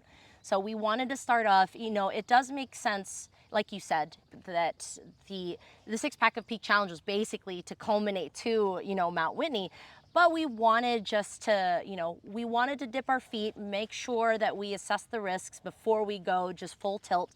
So we wanted just to start off easy. We don't, you know, it's still going to be hard. You know, a 14er is by no stretch easy. You know, it's still going to be difficult. But we wanted just to ease ourselves into it in hopes that next year Mount Whitney will be our goal. Yeah, a very intentional and thoughtful way of how to culminate it. It doesn't have to be Mount Whitney necessarily. Just to do any 14er is a major, massive accomplishment yes, exactly. in and of itself. Because, you know, our tallest mountain in SoCal is San Gorgonio, 11,500. A 14er is about, 3,500, still taller exactly. than that. So it's still a big gap. It so to is. do any 14er route is a massive challenge. And I don't think I clarified on here, but for those tuning in, the 6-pack of Peaks challenge essentially is this challenge where you conquer or summit the tallest mountains in a given region. So in the case of Southern California, I think there's many alternatives now, but I think the original 6 are Mount Baldy, also known as Mount San Antonio, San Gorgonio, the tallest mountain in SoCal, San Jacinto, the second tallest, Baden-Powell, right? Like in Wrightwood, and then I forgot Mount Wilson. I always forget about Mount Wilson. You know, Mount Wilson might not be up there in elevation, but she can kick butt. That's about like 15 miles just straight up, from the bottom right at the, right at the foothills of Sierra Madre, all the way to that top. It's quite the feat. Mount Wilson is an ass kicker. The It mileage is. is, I mean, 14 to 15 miles is a really long day. That's more than most people hike in their lives. Yeah, exactly. And I always remember there's this forest section where I think it's mainly in the summertime. The mosquitoes are ferocious. Are Like, brutal. that was the first time I wore a mosquito bug net, and I looked absolutely ridiculous, but you don't give two shits Yep. because you were protected. Yep, exactly. Oh, exactly. Oh my God, that's hilarious. And then you reach the top, and there's the Cosmic Cafe. It's not your typical summit. It's like a grand complex with like museums and astrology galleries. It's, each of the mountains are just so special in their own way. Even Mount Wilson, being able to get to the top, and if the Cosmic Cafe is open, being able to have like a cup of coffee and just like get to chill up there, get to enjoy a few things before heading back down. I mean, it's unique in that way.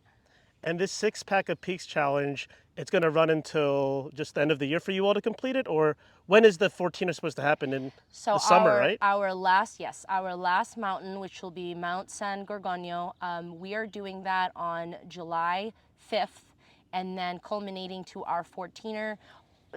We have an extra one that just to kind of throw out there in case some girls haven't finished their 6-pack of peak. After San Gorgonio, we're doing Ontario, just to kind of throw it out there as an extra, and then we're doing White Mountain at the end of July, which is about basically the last weekend of July. And I forgot to ask you earlier, even when I was asking about the group Wow, Way Out Wild, how can people sign up or find where to join you on whether the 6-pack of peak challenge, Way Out Wild edition, or just your group hikes in general? Right now, we are currently working on our website, but we have done a pretty good job over the last couple of years of just operating out of Instagram. But we also understand that not everybody is on social media, so we actually have all of our events on Eventbrite as well.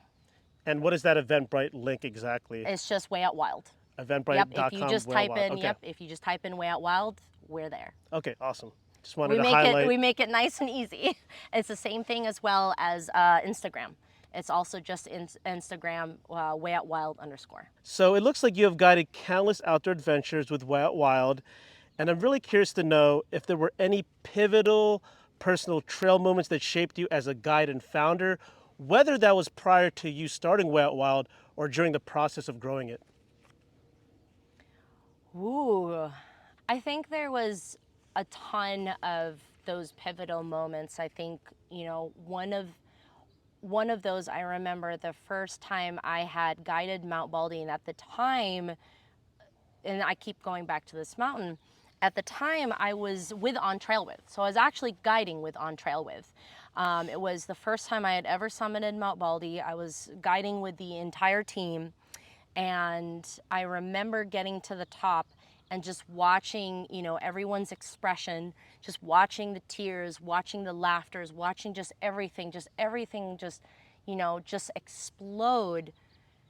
It was similar to a few other experiences that I had. I had another one with a friend. I guided her for the first time up Josephine Peak. Josephine's like one of my just, easy favorites. If I'm just trying to get a workout in, I'll go up Josephine. It's a great one to do solo hikes, even night hikes too. It's fantastic. You can do it with your eyes closed. I wouldn't recommend doing that, but you can do it with The your fire eyes. road specifically, Right? maybe Exactly. your eyes closed. And Josephine, I think it's the moments really, like mentioning all these peaks, it's the moments that I see something shift in people.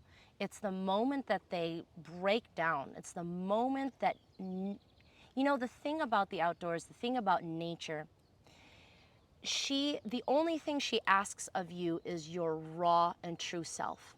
And all of the masks and all of the walls and all of the barriers that you have built for yourself, she does a really good job at just breaking that. Because that's all she asks, because that's all she is. She is her raw, true self. And that entry, that price for entry is you being your raw self. And this is what I was talking about, like women finding their true selves.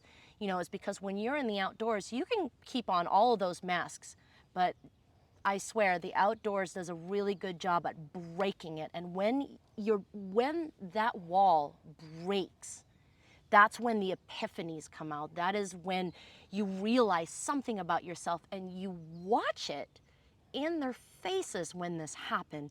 And it is the most profound experience that you can have as an individual. I feel like it's almost like therapists who, when they're therapizing or, they're working with a client and the client just, like their face shifts and they get it. It's like this aha moment. It's as if, the gates of heaven opened and you're just like realizing your whole entire life flashes before your eyes and you realize something about yourself. Those moments in the past have been the moments that have just really, driven me and have shaped me as a leader.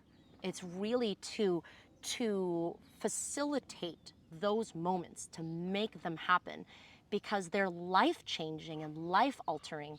And I've noticed that each and every time, it always brings out something great in people. And if our group can facilitate that, I can't imagine what a much better place our world will be if everyone just gets to experience that aha moment about themselves, to realize the good in themselves, and they reflect that onto the world. Oh my gosh, life altering. I don't even know what to say after that. I'm still processing everything you just said. You facilitating these wow moments. Yes. Oh, I There you love go. that. See? Okay. It's got to be with the wow. Got to allude to your name, your acronym. It's so damn powerful when you're guiding a group, whether small or large, up to a major summit such as Mount Baldy, getting through this outdoor challenge, this outdoor journey together, seeing that facial expression, everyone giving it their all. And on top of what you mentioned, it was so powerful and beautiful, impactful what you said. When you're out in nature and you're in the great outdoors, it really strips you of your identity so much more. It breaks you Yes. down. Yes. And I think the beautiful thing about when that happens is that it allows you to connect with others just as simple everyday humans. Yes. Not yes. these, when you're out in a social event, people have certain personas or facades, or you're networking. I really feel like when you're grinding it out on a mountain or out in nature, those barriers come down, your identity comes down. You're just simply connecting as is, as your raw selves. Oh, You're not absolutely. trying to fake the funk. You Yep. can't fake the funk on a mountain. Yep. Oh, absolutely. And just to kind of, add a little bit on that, one of our funniest moments, and especially as women, because, we're the going joke, I guess, when I was growing up is that women don't poop, women don't fart. Oh no, when we're on that mountain, you will hear all the farts and all the burps. And it's just, even that is just an incredible moment for women, because that's very liberating for them. It's like, wow, I am able to express my bodily function, which all of my life I've been told to be ashamed of. And so it's so funny. Like, I can tell you, I know the sounds of some of the girls' farts. We coined it the altitudes. Oh, so when my we're going up goodness, there, we're the like, guys, altitudes. I'm getting the altitudes, and we let it rip, and we're like, nice. It's funny, we kind of sometimes act like boys. We're like, nice burp, man, nice fart. That's too funny.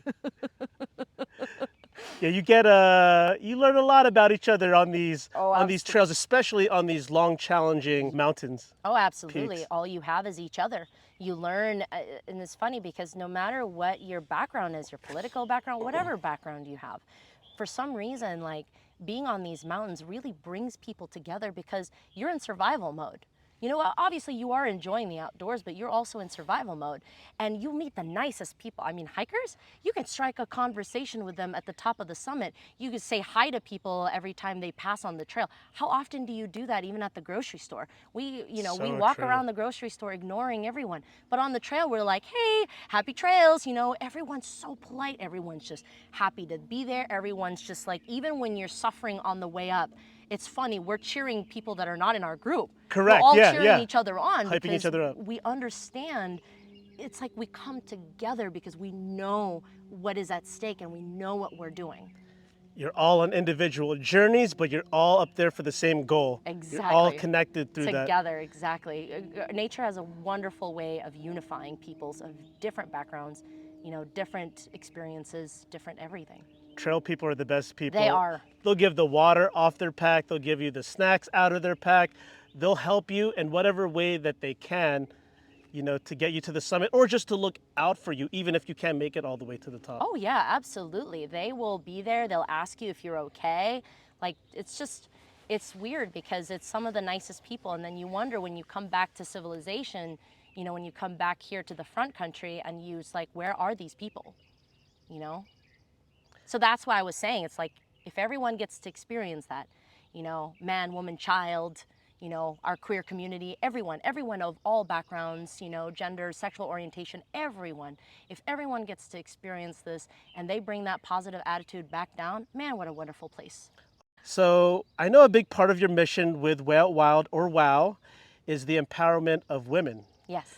Why do you think outdoor recreation can be such a powerful space for women to reclaim confidence, strength, or independence? I really love that question because, like we basically talked about earlier, it's like nature is raw. So the only thing it requires out of you is your raw self. And a lot of times, women's shared experience is that we grow up having to put on masks. And these are masks that we put on to protect ourselves, or masks that society tells us that we have to put on. We have to act a certain way, we need to look a certain way, we need to be a certain way. But when you're in the outdoors, nature breaks that apart. And so in that moment, when all of those masks, cultural expectations, like requirements from, our family, all of those things, all those walls that you've built up, all of those masks and layers, once, it's like an onion, once like nature kind of peels through all of that, all you have is your raw core self. And in that moment, that's when you ask yourself, like, who am I? And a lot of times you realize as you're summiting, Baldy, as you're summiting, these big mountains, you're not only summiting the mountain, you're summiting yourself. You start to look inward and you're like, wow, I am strong. I did that. I did that. I am strong. I did that. My own 2 feet brought me up there. Right? Exactly. It's like, wow, I am capable. I am strong. And then that confidence that you had to even attempt that, and then your confidence paid off. In the end, that equals empowerment. That's, you feel empowered after having experienced that. And, obviously people will mention, it's like, well, every person feels that. All kinds of different peoples experience that. Yes. And it's amazing. And the outdoors is for everybody.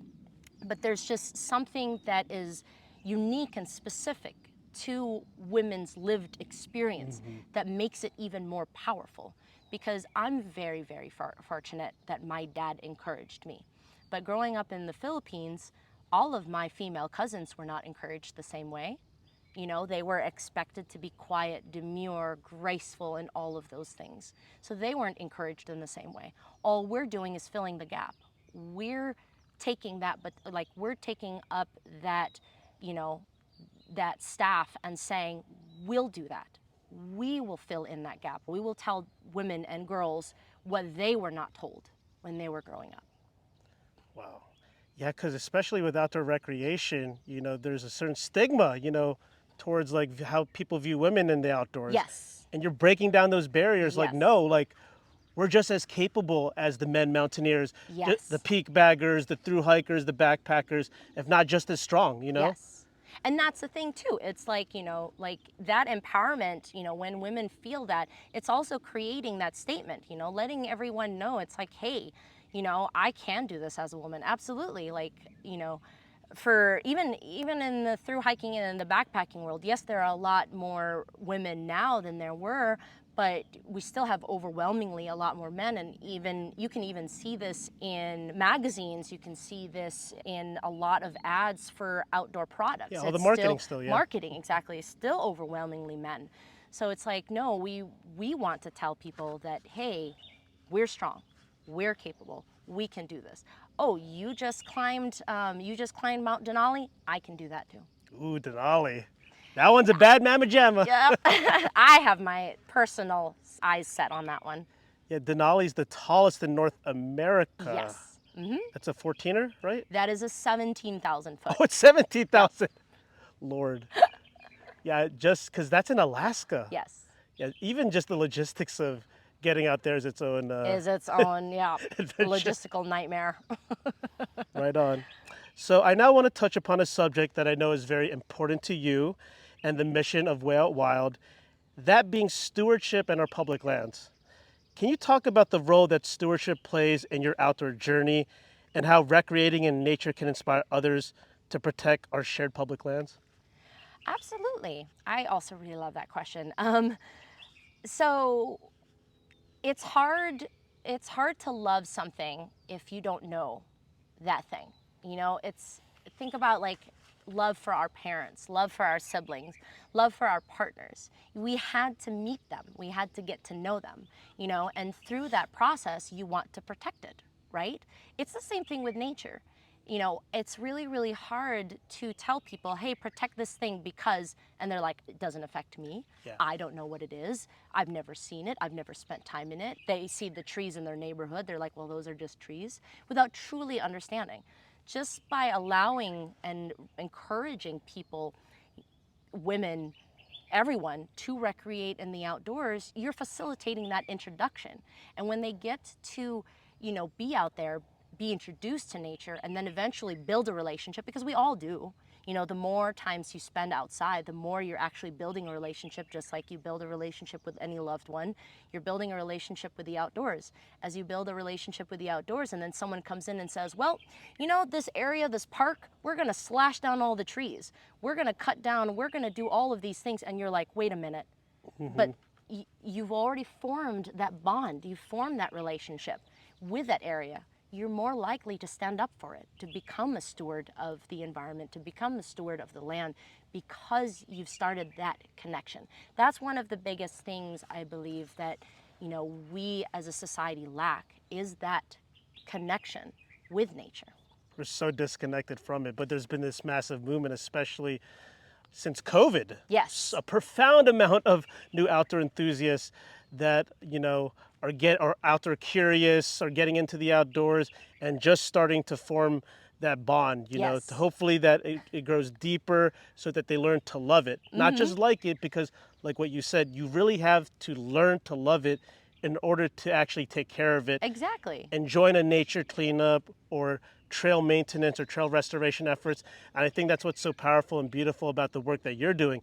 You're bringing these women out on the trails, deepening their bonds to these summits or to these just beautiful parks and green spaces and outdoor landscapes, that when something does come up, especially, there's so much going on in the world today, especially in LA, whether it's the protests, but like public land, since we're talking about it, like there has been so much threat to the public lands of more drilling, mining, or just like deforestation. Like it's important the work that all these outdoor hiking groups are doing to deepen that bond so that people become better outdoor stewards. We have an opportunity to educate them about the outdoors and strengthen that bond so they actually get on out there and protect it. Oh yeah, absolutely. And that's what all of the groups are doing cumulatively. Like without realizing, you are building that relationship. Like through your own different groups, whatever your groups are, you're facilitating that relationship. Because think about, like I said, think about when you build a relationship with a friend, when you build a relationship with your partner. Like once, something threatens it, don't you want to protect them? It's exactly the same way. By building and facilitating that connection with nature, you want to protect it. You want to stand in front of a tree so that no one will chop it down. That's what's happening underneath the surface with all these community events and group hikes, backpacking trips. It's having those core memories attached to these places. Exactly. There's actually a concept, it's called a place attachment. That was Oh, coined by, I don't know who it was coined by, but I know Casey Schreiner, founder of Modern Hiker, speaks about place attachment, and also this guy named Josh Jackson, a recent guest on the show of Creator Forgotten Lands Project. They both speak to this concept of place attachment and our relationship to especially like these nature landscapes. Oh, absolutely. And it's also like the foundation for bathing and nature therapy. It's like building that connection with nature and letting nature be the thing that helps heal you. Forest bathing, there's a Japanese term for Shinroku. Is that where it came from? Uh, Forest bathing? I the term escapes me right now, but yes, it actually originated in Japan. Okay. Yeah, it originated in Japan during, I believe it was during the 70s, when they realized that as we were becoming more technological, or as they were becoming more technologically advanced, and they started focusing more on technology, they started noticing that their population was getting sicker and sicker and sicker. So scientists started studying the effects of getting people outside, and they realized that if people just spent more time outside, if you actually just even breathe the air around trees, trees actually produce a type of chemical that actually is beneficial to your body. As the trees are breathing As behind us. exactly. So many healing properties of nature, the whistling of the wind through the trees, just the colors. Like there's so much scientific evidence that it Oh, helps there is, yep. massively improves our mental and emotional well-being. And our physical well-being. Yeah, and they're both They're closely all tied together. Your exactly. physical affects your Mental, mental yep. affects your physical. So Nikki, I know we spoke about this off air and that you recently just finished your like manifesto of sorts, that being the mission and vision of Way Out Wild. Do you care to share like what you all put together? I would love to, if you wouldn't mind me reading off of my phone. I have not memorized it. I don't expect you to, but speak to the people, speak the gospel of Way Out Wild. Oh, thank you so much. We are particularly proud of it. You know, this was a really big aha moment for us, really coming together and really, sharing to the world like what we want to do and how we want to help make the world a better place.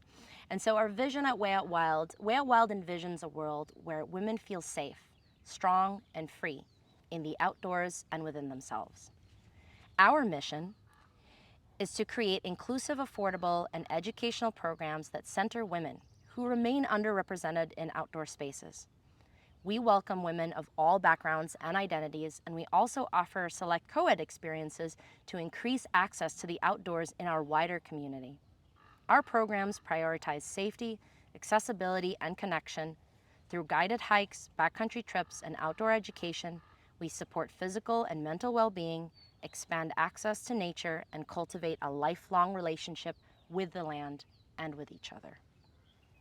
And finally, our core values. We exist to reclaim space for our confidence, our voice, our agency, our sisterhood, and for our connection to the wild. We believe that every woman deserves access to the transformative power of nature, not just for the sake of adventure, but for our mutual healing, growth, and purpose. In a world that would have us women remain small, quiet, and afraid, we choose to forge our own trail. We choose courage, community, and that deeply rooted power that awakens when women move through wild spaces together. We choose to remember who we are. Through wilderness experiences, we foster a connection to the natural world that helps women rediscover their bodies, their voices, and their strength. Because when women connect with nature, they change the way they exist. And when women feel their own power, they change everything. Thank you for sharing that. That was so well put together. Thank you for letting me So share it. beautiful. It's something we're very proud of and something that we want to share to the community because we want to be an avenue for change. We want to help our community. You know, there are different groups who do different things and they help in different ways. We want to be a part of that story. It's really special when you get to sit down with yourself or your team and really hone in on like what those core values are and what that mission looks like and start writing it out. That's a very beautiful process. It is. It is. Thank you. And thank you so much for giving me that opportunity to share it. Of course, of course. Giving me all goosebumps. So I'm super excited to ask you this next question as you've just had countless outdoor adventures. If there was one hiking or outdoor experience you could relive all over again, what would that be for you? Oh, that is so hard. Take a moment to process that one. That one is very hard. I think because a lot of them I would love to I would love to relive over and over again. And I think it kind of ties into my top 3. I'd love to relive my proposal over and over again, Of course. and it does replay in my head all the time. I would love to replay every moment.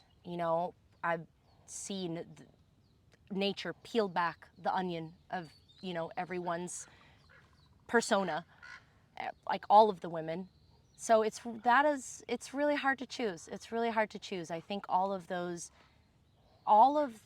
memories, those core memories, the things that, make me who I am and, make Way Out Wild what it is what replays over and over again, because it's the thing that drives us. So I'm so sorry, I can't pick one. I mean, you essentially answered it with reliving the proposal. I was wondering if you were going to bring that up. I mean, that's such I can't help it. I know it's cheating. It's, it's super cheesy, but, It's not at all. I mean, the manner and how you described how he brought you there, and then he proposed with the flower, which I still have. It's been flattened, but it's been preserved. For sure. I mean, that makes all the sense in the world that would be a hiking or outdoor experience you would want to relive over and over and over again. All right, so guess what? What? It's time for the rapid fire questions section. Oh my gosh! All right, so the way it works, there's 2 rounds. Okay. Round 1 is outdoor focused, Okay. and then round 2 is personal. Okay. So just answer with one-word answers or short and concise answers. Okay. All right, you ready? Cool. I'm ready. You ready, rock steady? Yes, All right. I am. Okay. Let's get into it. Favorite trail snack? The gummy nerds. Gummy nuts for the record. Trail runners or hiking boots? Trail runners. Desert or deserted island? Desert. Waterfalls or lakes? Lakes. Rock scrambling or surfing loose scree? Rock scrambling. Epic day hike or epic backpacking trip? Epic backpacking trip, for sure. Favorite camping meal? Ooh. And I make this myself, and I've introduced this to friends. It's just plain, very simple, Bush's beans, kielbasa sausage, and I chop green onion, red onions, green bell pepper, red bell pepper, and white onions. Oh, it's quite the concoction right there. Dawn or dusk? Dawn. Mountain lions or grizzly bears? Mountain lions, because I've encountered them. Really? Yep. Where? In Los Padres National Forest. Was it doing the 3-2-1 challenge, like the Mount Pinos grouse area? Or? Oh, no. It was one of my earlier backpacking trips with friends and my husband. We did the Sespe River Trail to Willett Hot Springs, especially during the springtime where a lot of the deer are out in the field. Makes sense. Yes. So there are a lot more predators. We were actually backpacking. It was evening time. All we could see was these 2 beady eyes just like staring at us and just watching us. And we knew they weren't deer, because deer move. Like, they easily get spooked. They move immediately. No, they were standing on top of a ridge just watching us pass by. Just like watching us like hawks. And I was just like, and the way the reflection on their eyes, it's just like cat eyes, I was like, oh yeah. Those are mountain lions. The silent predators. Yep, the silent predators. Apex predators. Wow, I still haven't seen one, but I got growled at by one recently on Mount Islip. Oh, wow. I've had a few like mountain lion incidences, but not where I saw them. They were always around me calling to each other, or the one about a month ago at Mount Islip. I heard the low growl, and I think it was protecting a den off the trail, because I confirmed with some other hikers coming up. Actually, I ran into some people from Montreal with that day. Oh, nice. And they confirmed that they heard the low growl too. Yeah. And I was like, oh God, it definitely is there. Okay. Well, I hope that mama had a bunch of really healthy babies. Yeah, it's even if it's scary for hikers, I'm a big supporter of wildlife still thriving. Are you familiar with Robert Martinez, Parliament of Owls? No. He documents all the local wildlife in the Angeles National Forest, like Wilford the celebrity bear. Yes. A lot of the mountain lions, anything in the Angeles National Forest. I'll put you on to him. He was a recent guest. Oh, not recent, but he was a past guest on the podcast, and also was a part of one of our live podcast shows. You would fall in love with his channel. Oh my gosh, yes, please do connect me with him. Yeah. I love also, every time it becomes national news, it's like, oh, the condor hatchlings just like hatched, and it's just it's such an incredible, experience to get No, to just like watch that. observing wildlife is so It special. is. Even when it's threatening, it's still amazing to experience them, because you're the one in their space and you're just existing around them. Yeah, we're in their home. Exactly. Now we got off track, but those are the kind of off track things I like to talk about. All right, let's get back to the rapid fire. All trails are guided GPS. All trails. Santa Monica Mountains or San Gabriel Mountains? San Gabriel Mountains. San Gabriel Mountains or Eastern Sierras? Eastern Sierras. Of course. Greatest fear on the trail? I guess the first thing that comes to mind, even if it's nothing that I've experienced before, but falling off the side of a mountain. Oh, Lord. Yeah. I mean, that would do it. I don't have a fear of heights anymore. I've like worked through that, through all of my trips and rock climbing and things. I might still have it a little bit the higher I climb, but I think sometimes when you're just looking over the edge, it's just like, man, just one slip and then that's it. Favorite outdoor apparel brand at the moment? Patagonia. I mean, Patagonia is such a staple. It's just, yeah, and I love their repair policy. Like that's right. that's the jacket that I have. I send it back, they patch it up, send it back to me. I love that. Also, you can go in their stores now and they have the repair shop on site. Yes, I believe so. I went to the flagship store a few months ago after interviewing a tribal elder out in Ventura County. I didn't even know that Patagonia, its flagship store, was out in Ventura. Oh, I didn't even know that one. Yeah. I would assume it was somewhere in like Colorado or Nope. Oregon. No way. I need to check that out. About an hour to an hour and a half from here is Okay. the Patagonia flagship store. Wow. Okay. I'm going to make a trip just to go there. It's rad. It's pretty amazing. Amazing. Music artist you want to hike with? Ooh. This is always a stumper. That's really hard because I love music, but I don't have a particular like favorite artist. I think I like listening to folk bluegrass music.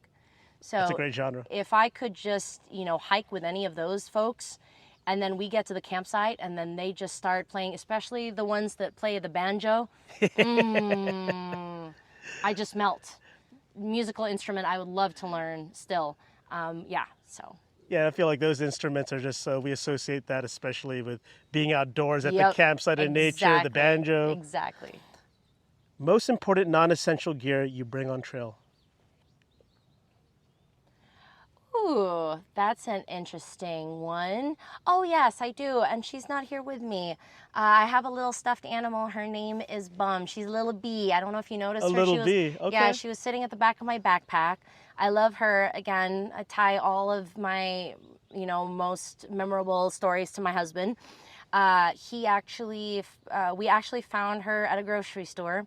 And I love bees. It's my retirement plan to become a beekeeper. So make sure you buy my honey. It's my retirement plan when I can't hike no more. But she's a tiny little bee, a stuffed animal. She's called Bum. She hangs out and she's Bum for two reasons. One is she's a bumblebee, so short for bumblebee, Bum. The second is she's a bum. She gets to go to all these epic places. Best seat of the house. VIP. VIP, always on my backpack, either up at the front or in the back. And she always makes everyone smile every time, I have people behind me because she just has a constant smiley face. It's hard to be upset when you're looking at her face. But my husband and I found her just at a grocery store and he picked her up for me. And I remember when it was in Colorado and I remember when we got back to California on my next hike, or at every subsequent hike, he would start putting it in my backpack. And it just became a thing. Yeah, it just stuck. And so I always say now it's a way for my husband to join us on our women's hikes because, he's a dude. So I'll be on the lookout for Bum the Bum. bee Yep. Bum. on your pack. I used to carry a Snoopy on my pack and then I lost it No! somewhere on trail and I just haven't replaced it. Oh, no. I know. You know, it's funny because Bum has inspired a lot of other people to get It's fun. stuffies. Yeah, It's super fun. Like, people are like, oh, I need to get an owl. I need to get it. So it's been fun. Yeah, it's totally a thing. In one word, how does hiking make you feel? Alive. Ideal outside temperature. Wintertime. Cold. Awesome. That concludes round 1. We take a quick water break and we'll jump into round 2. Alrighty. And I can't find my water, which is what I been think it's behind right searching over there. for it. See? All right, round 2. You ready? All right, ready to play. Ready to play. Let's You go. ready, rock steady? Yep. Let's go. Bam, All right. bam, bam. Favorite comfort food? Ramen. Favorite Filipino dish? Bochero. Bochero? Yes. Oh my God, I feel such a bad Filipino. What's bochero? So, oh my God, my brain. I'm My not brain too. No, I'm thinking right now. There is a Tagalog equivalent. It's Is it a soup or is it a meat? starts with the letter A, I think. What is it called? If it comes, Bulalo. okay. B. Sorry. Bulalo. So it is the Cebuano version of bulalo. Okay. So which I think is way better. Bulalo for the record. Favorite cartoon show growing up? Ooh, Looney Tunes. Ooh, Looney Tunes is iconic. What book are you currently reading right now, if you are reading a book? So right now I am actually slowly getting through. I have a very extremely busy schedule, but when I can, I'm slowly going through Wild. Wild. Okay. So if you've ever seen the movie Wild, it talks about Cheryl Strayed. It's based on a true story. It's basically an autobiography or biography about her time on the PCT. Right You on. should definitely check it out. The movie is great, but the book is even better. All right, Wild for the record. What's your hidden talent? Ooh. I feel like I just blurted I one think out you earlier. blurted it out. I being ruined a it. DJ. I used to do that, although I haven't done that in a long time, so I don't know if I'm any good. She's going to bring it back, y'all. Stay tuned. Coming to a summit near you. What genre or type of music gets you dancing the most right now? Oh, I guess I would say EDM right now.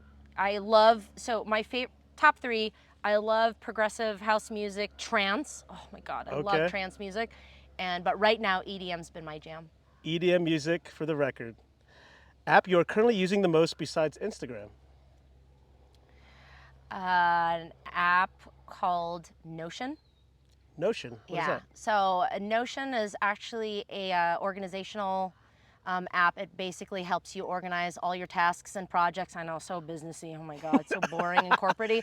But you know, once That's how you run Way Out Wild. Yeah, exactly. You know, that's how we're running Way Out Wild. So it's Super super for professional. all of those people who are really into, you know, keeping up with your to-do list, your organization, seeing your projects, you know, spread out in real time.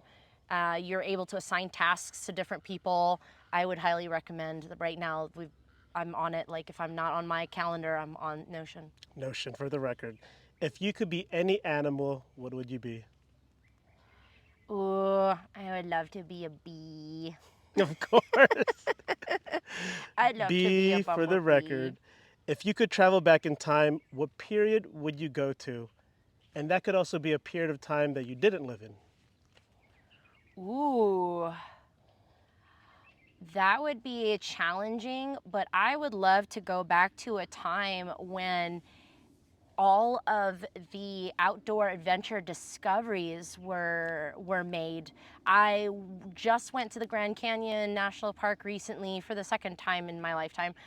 Took my mother there for her first time camping. Had a wonderful time, but one of the things I really enjoyed was going through the museums. And I found out that historically, usually men are the ones who've gone on these expeditions, right? To map Yes. out the Colorado River, to do all of these, like to climb Mount Everest, to climb all of these like incredible feats, you know, and discover all of these places. But actually, there have been women who have done that. And I love that the national parks are starting to slowly, you know, introduce that and be like, hey, actually, during this time, especially back then, where even worse, you know, women were not really encouraged to do any outdoor activities. I found out in the Grand Canyon, when I was at the Grand Canyon, I forgot her name, I'm about to pick up a book of the women of the Grand Canyon. And there was this one particular woman who apparently ran a rafting business, and she could raft, all of those guys down the Colorado River. And to just Right know on. that, it was back in the late 1800s or sometime in the 1800s. I love that answer. It's really great. Describe yourself in 3 words. Ooh. Okay. What comes off the top? I think passionate is one of the first things I can think of. Passionate, kind, I think is the one, and sincere. And here's the final question of the rapid fire question section. You ready? Okay. Favorite sound? Oh, I love the sound of birds early in the morning. Like as soon as it's first light and they all start kind of coming up, just like what we heard a while ago, like the sounds now is a little bit different as we're getting to midday, but morning, just all of those birds chirping, I can't get over that sound. It's like time to wake up, Oh, but yeah. it cradles you and Right, wakes you up. exactly. It's not like our alarms that just scream at us. I use alarms that are gentle, so I love that sound. All right, that concludes the rapid fire question section. You survived. Woohoo! I hope I answered those well. You did great. It's always the most fun for me as a host to keep you on your toes. All right, so we're at the end of the episode, but I always turn the spotlight back to the guest. Nikki, do you have any final words you want to share with the audience? The floor is yours. Oh, thank you so much. I'm just actually really, really, really grateful to be here. I am just filled with gratitude that, to be like sitting next to you, you use your platform, your space to be able to tell some incredible stories, to share some amazing ideas and, stories of the outdoors and of, adventuring, and just to kind of be a guest and just be a part of that, to be able to share our story, that we want to be a part of the outdoor story, to be a part of the community, to give us an opportunity, to share our values and our vision and our mission, in hopes that we want to be able to make a difference, not only in the outdoors and in women's lives, but, also in the stewardship of our own land. So I really, really appreciate it. Thank you so, so much. And yeah, if you are interested in joining us, we primarily focus on offering hikes for women, but we also do offer co-ed experiences because we do believe that there is a need currently in the community to offer more backpacking experiences. So we definitely do that. But check us out. We are on Instagram and Eventbrite as Way Out Wild. And yeah, I feel like I'm a very friendly person. I hope I meet you on the trail. Please talk to me. I love talking to people. Break out a story. Just tell me who you are. I think one of the 3 things that I picked is sincere. I really am sincerely, want to meet you. And it was so serendipitous that it finally happened on a trail during your 6-pack of Pea Challenge, Whale Wild Edition, on a steep slope. Of course, it would happen like that. Yeah, it was meant to be. I was like, oh my God. I was so thrilled. I was so thrilled. And I was so happy when you were like, hey, I want to interview you. And it was so funny because you keep meeting our people, my team on the trail. My team is just like, dude, seriously, I think he's stalking us. You should definitely get on his podcast, please. So funny. All right, everyone. It's been such an honor to amplify your voice, share your outdoor origin story, your personal story as well, and also the Way Out Wild story. Nikki Taylor, Adventure Pea, Way Out Wild, Just Right Podcast. Elevation is our recreation, and we are out. Woo-hoo! Peace, y'all. Yeah, we did it. Congrats on your podcast.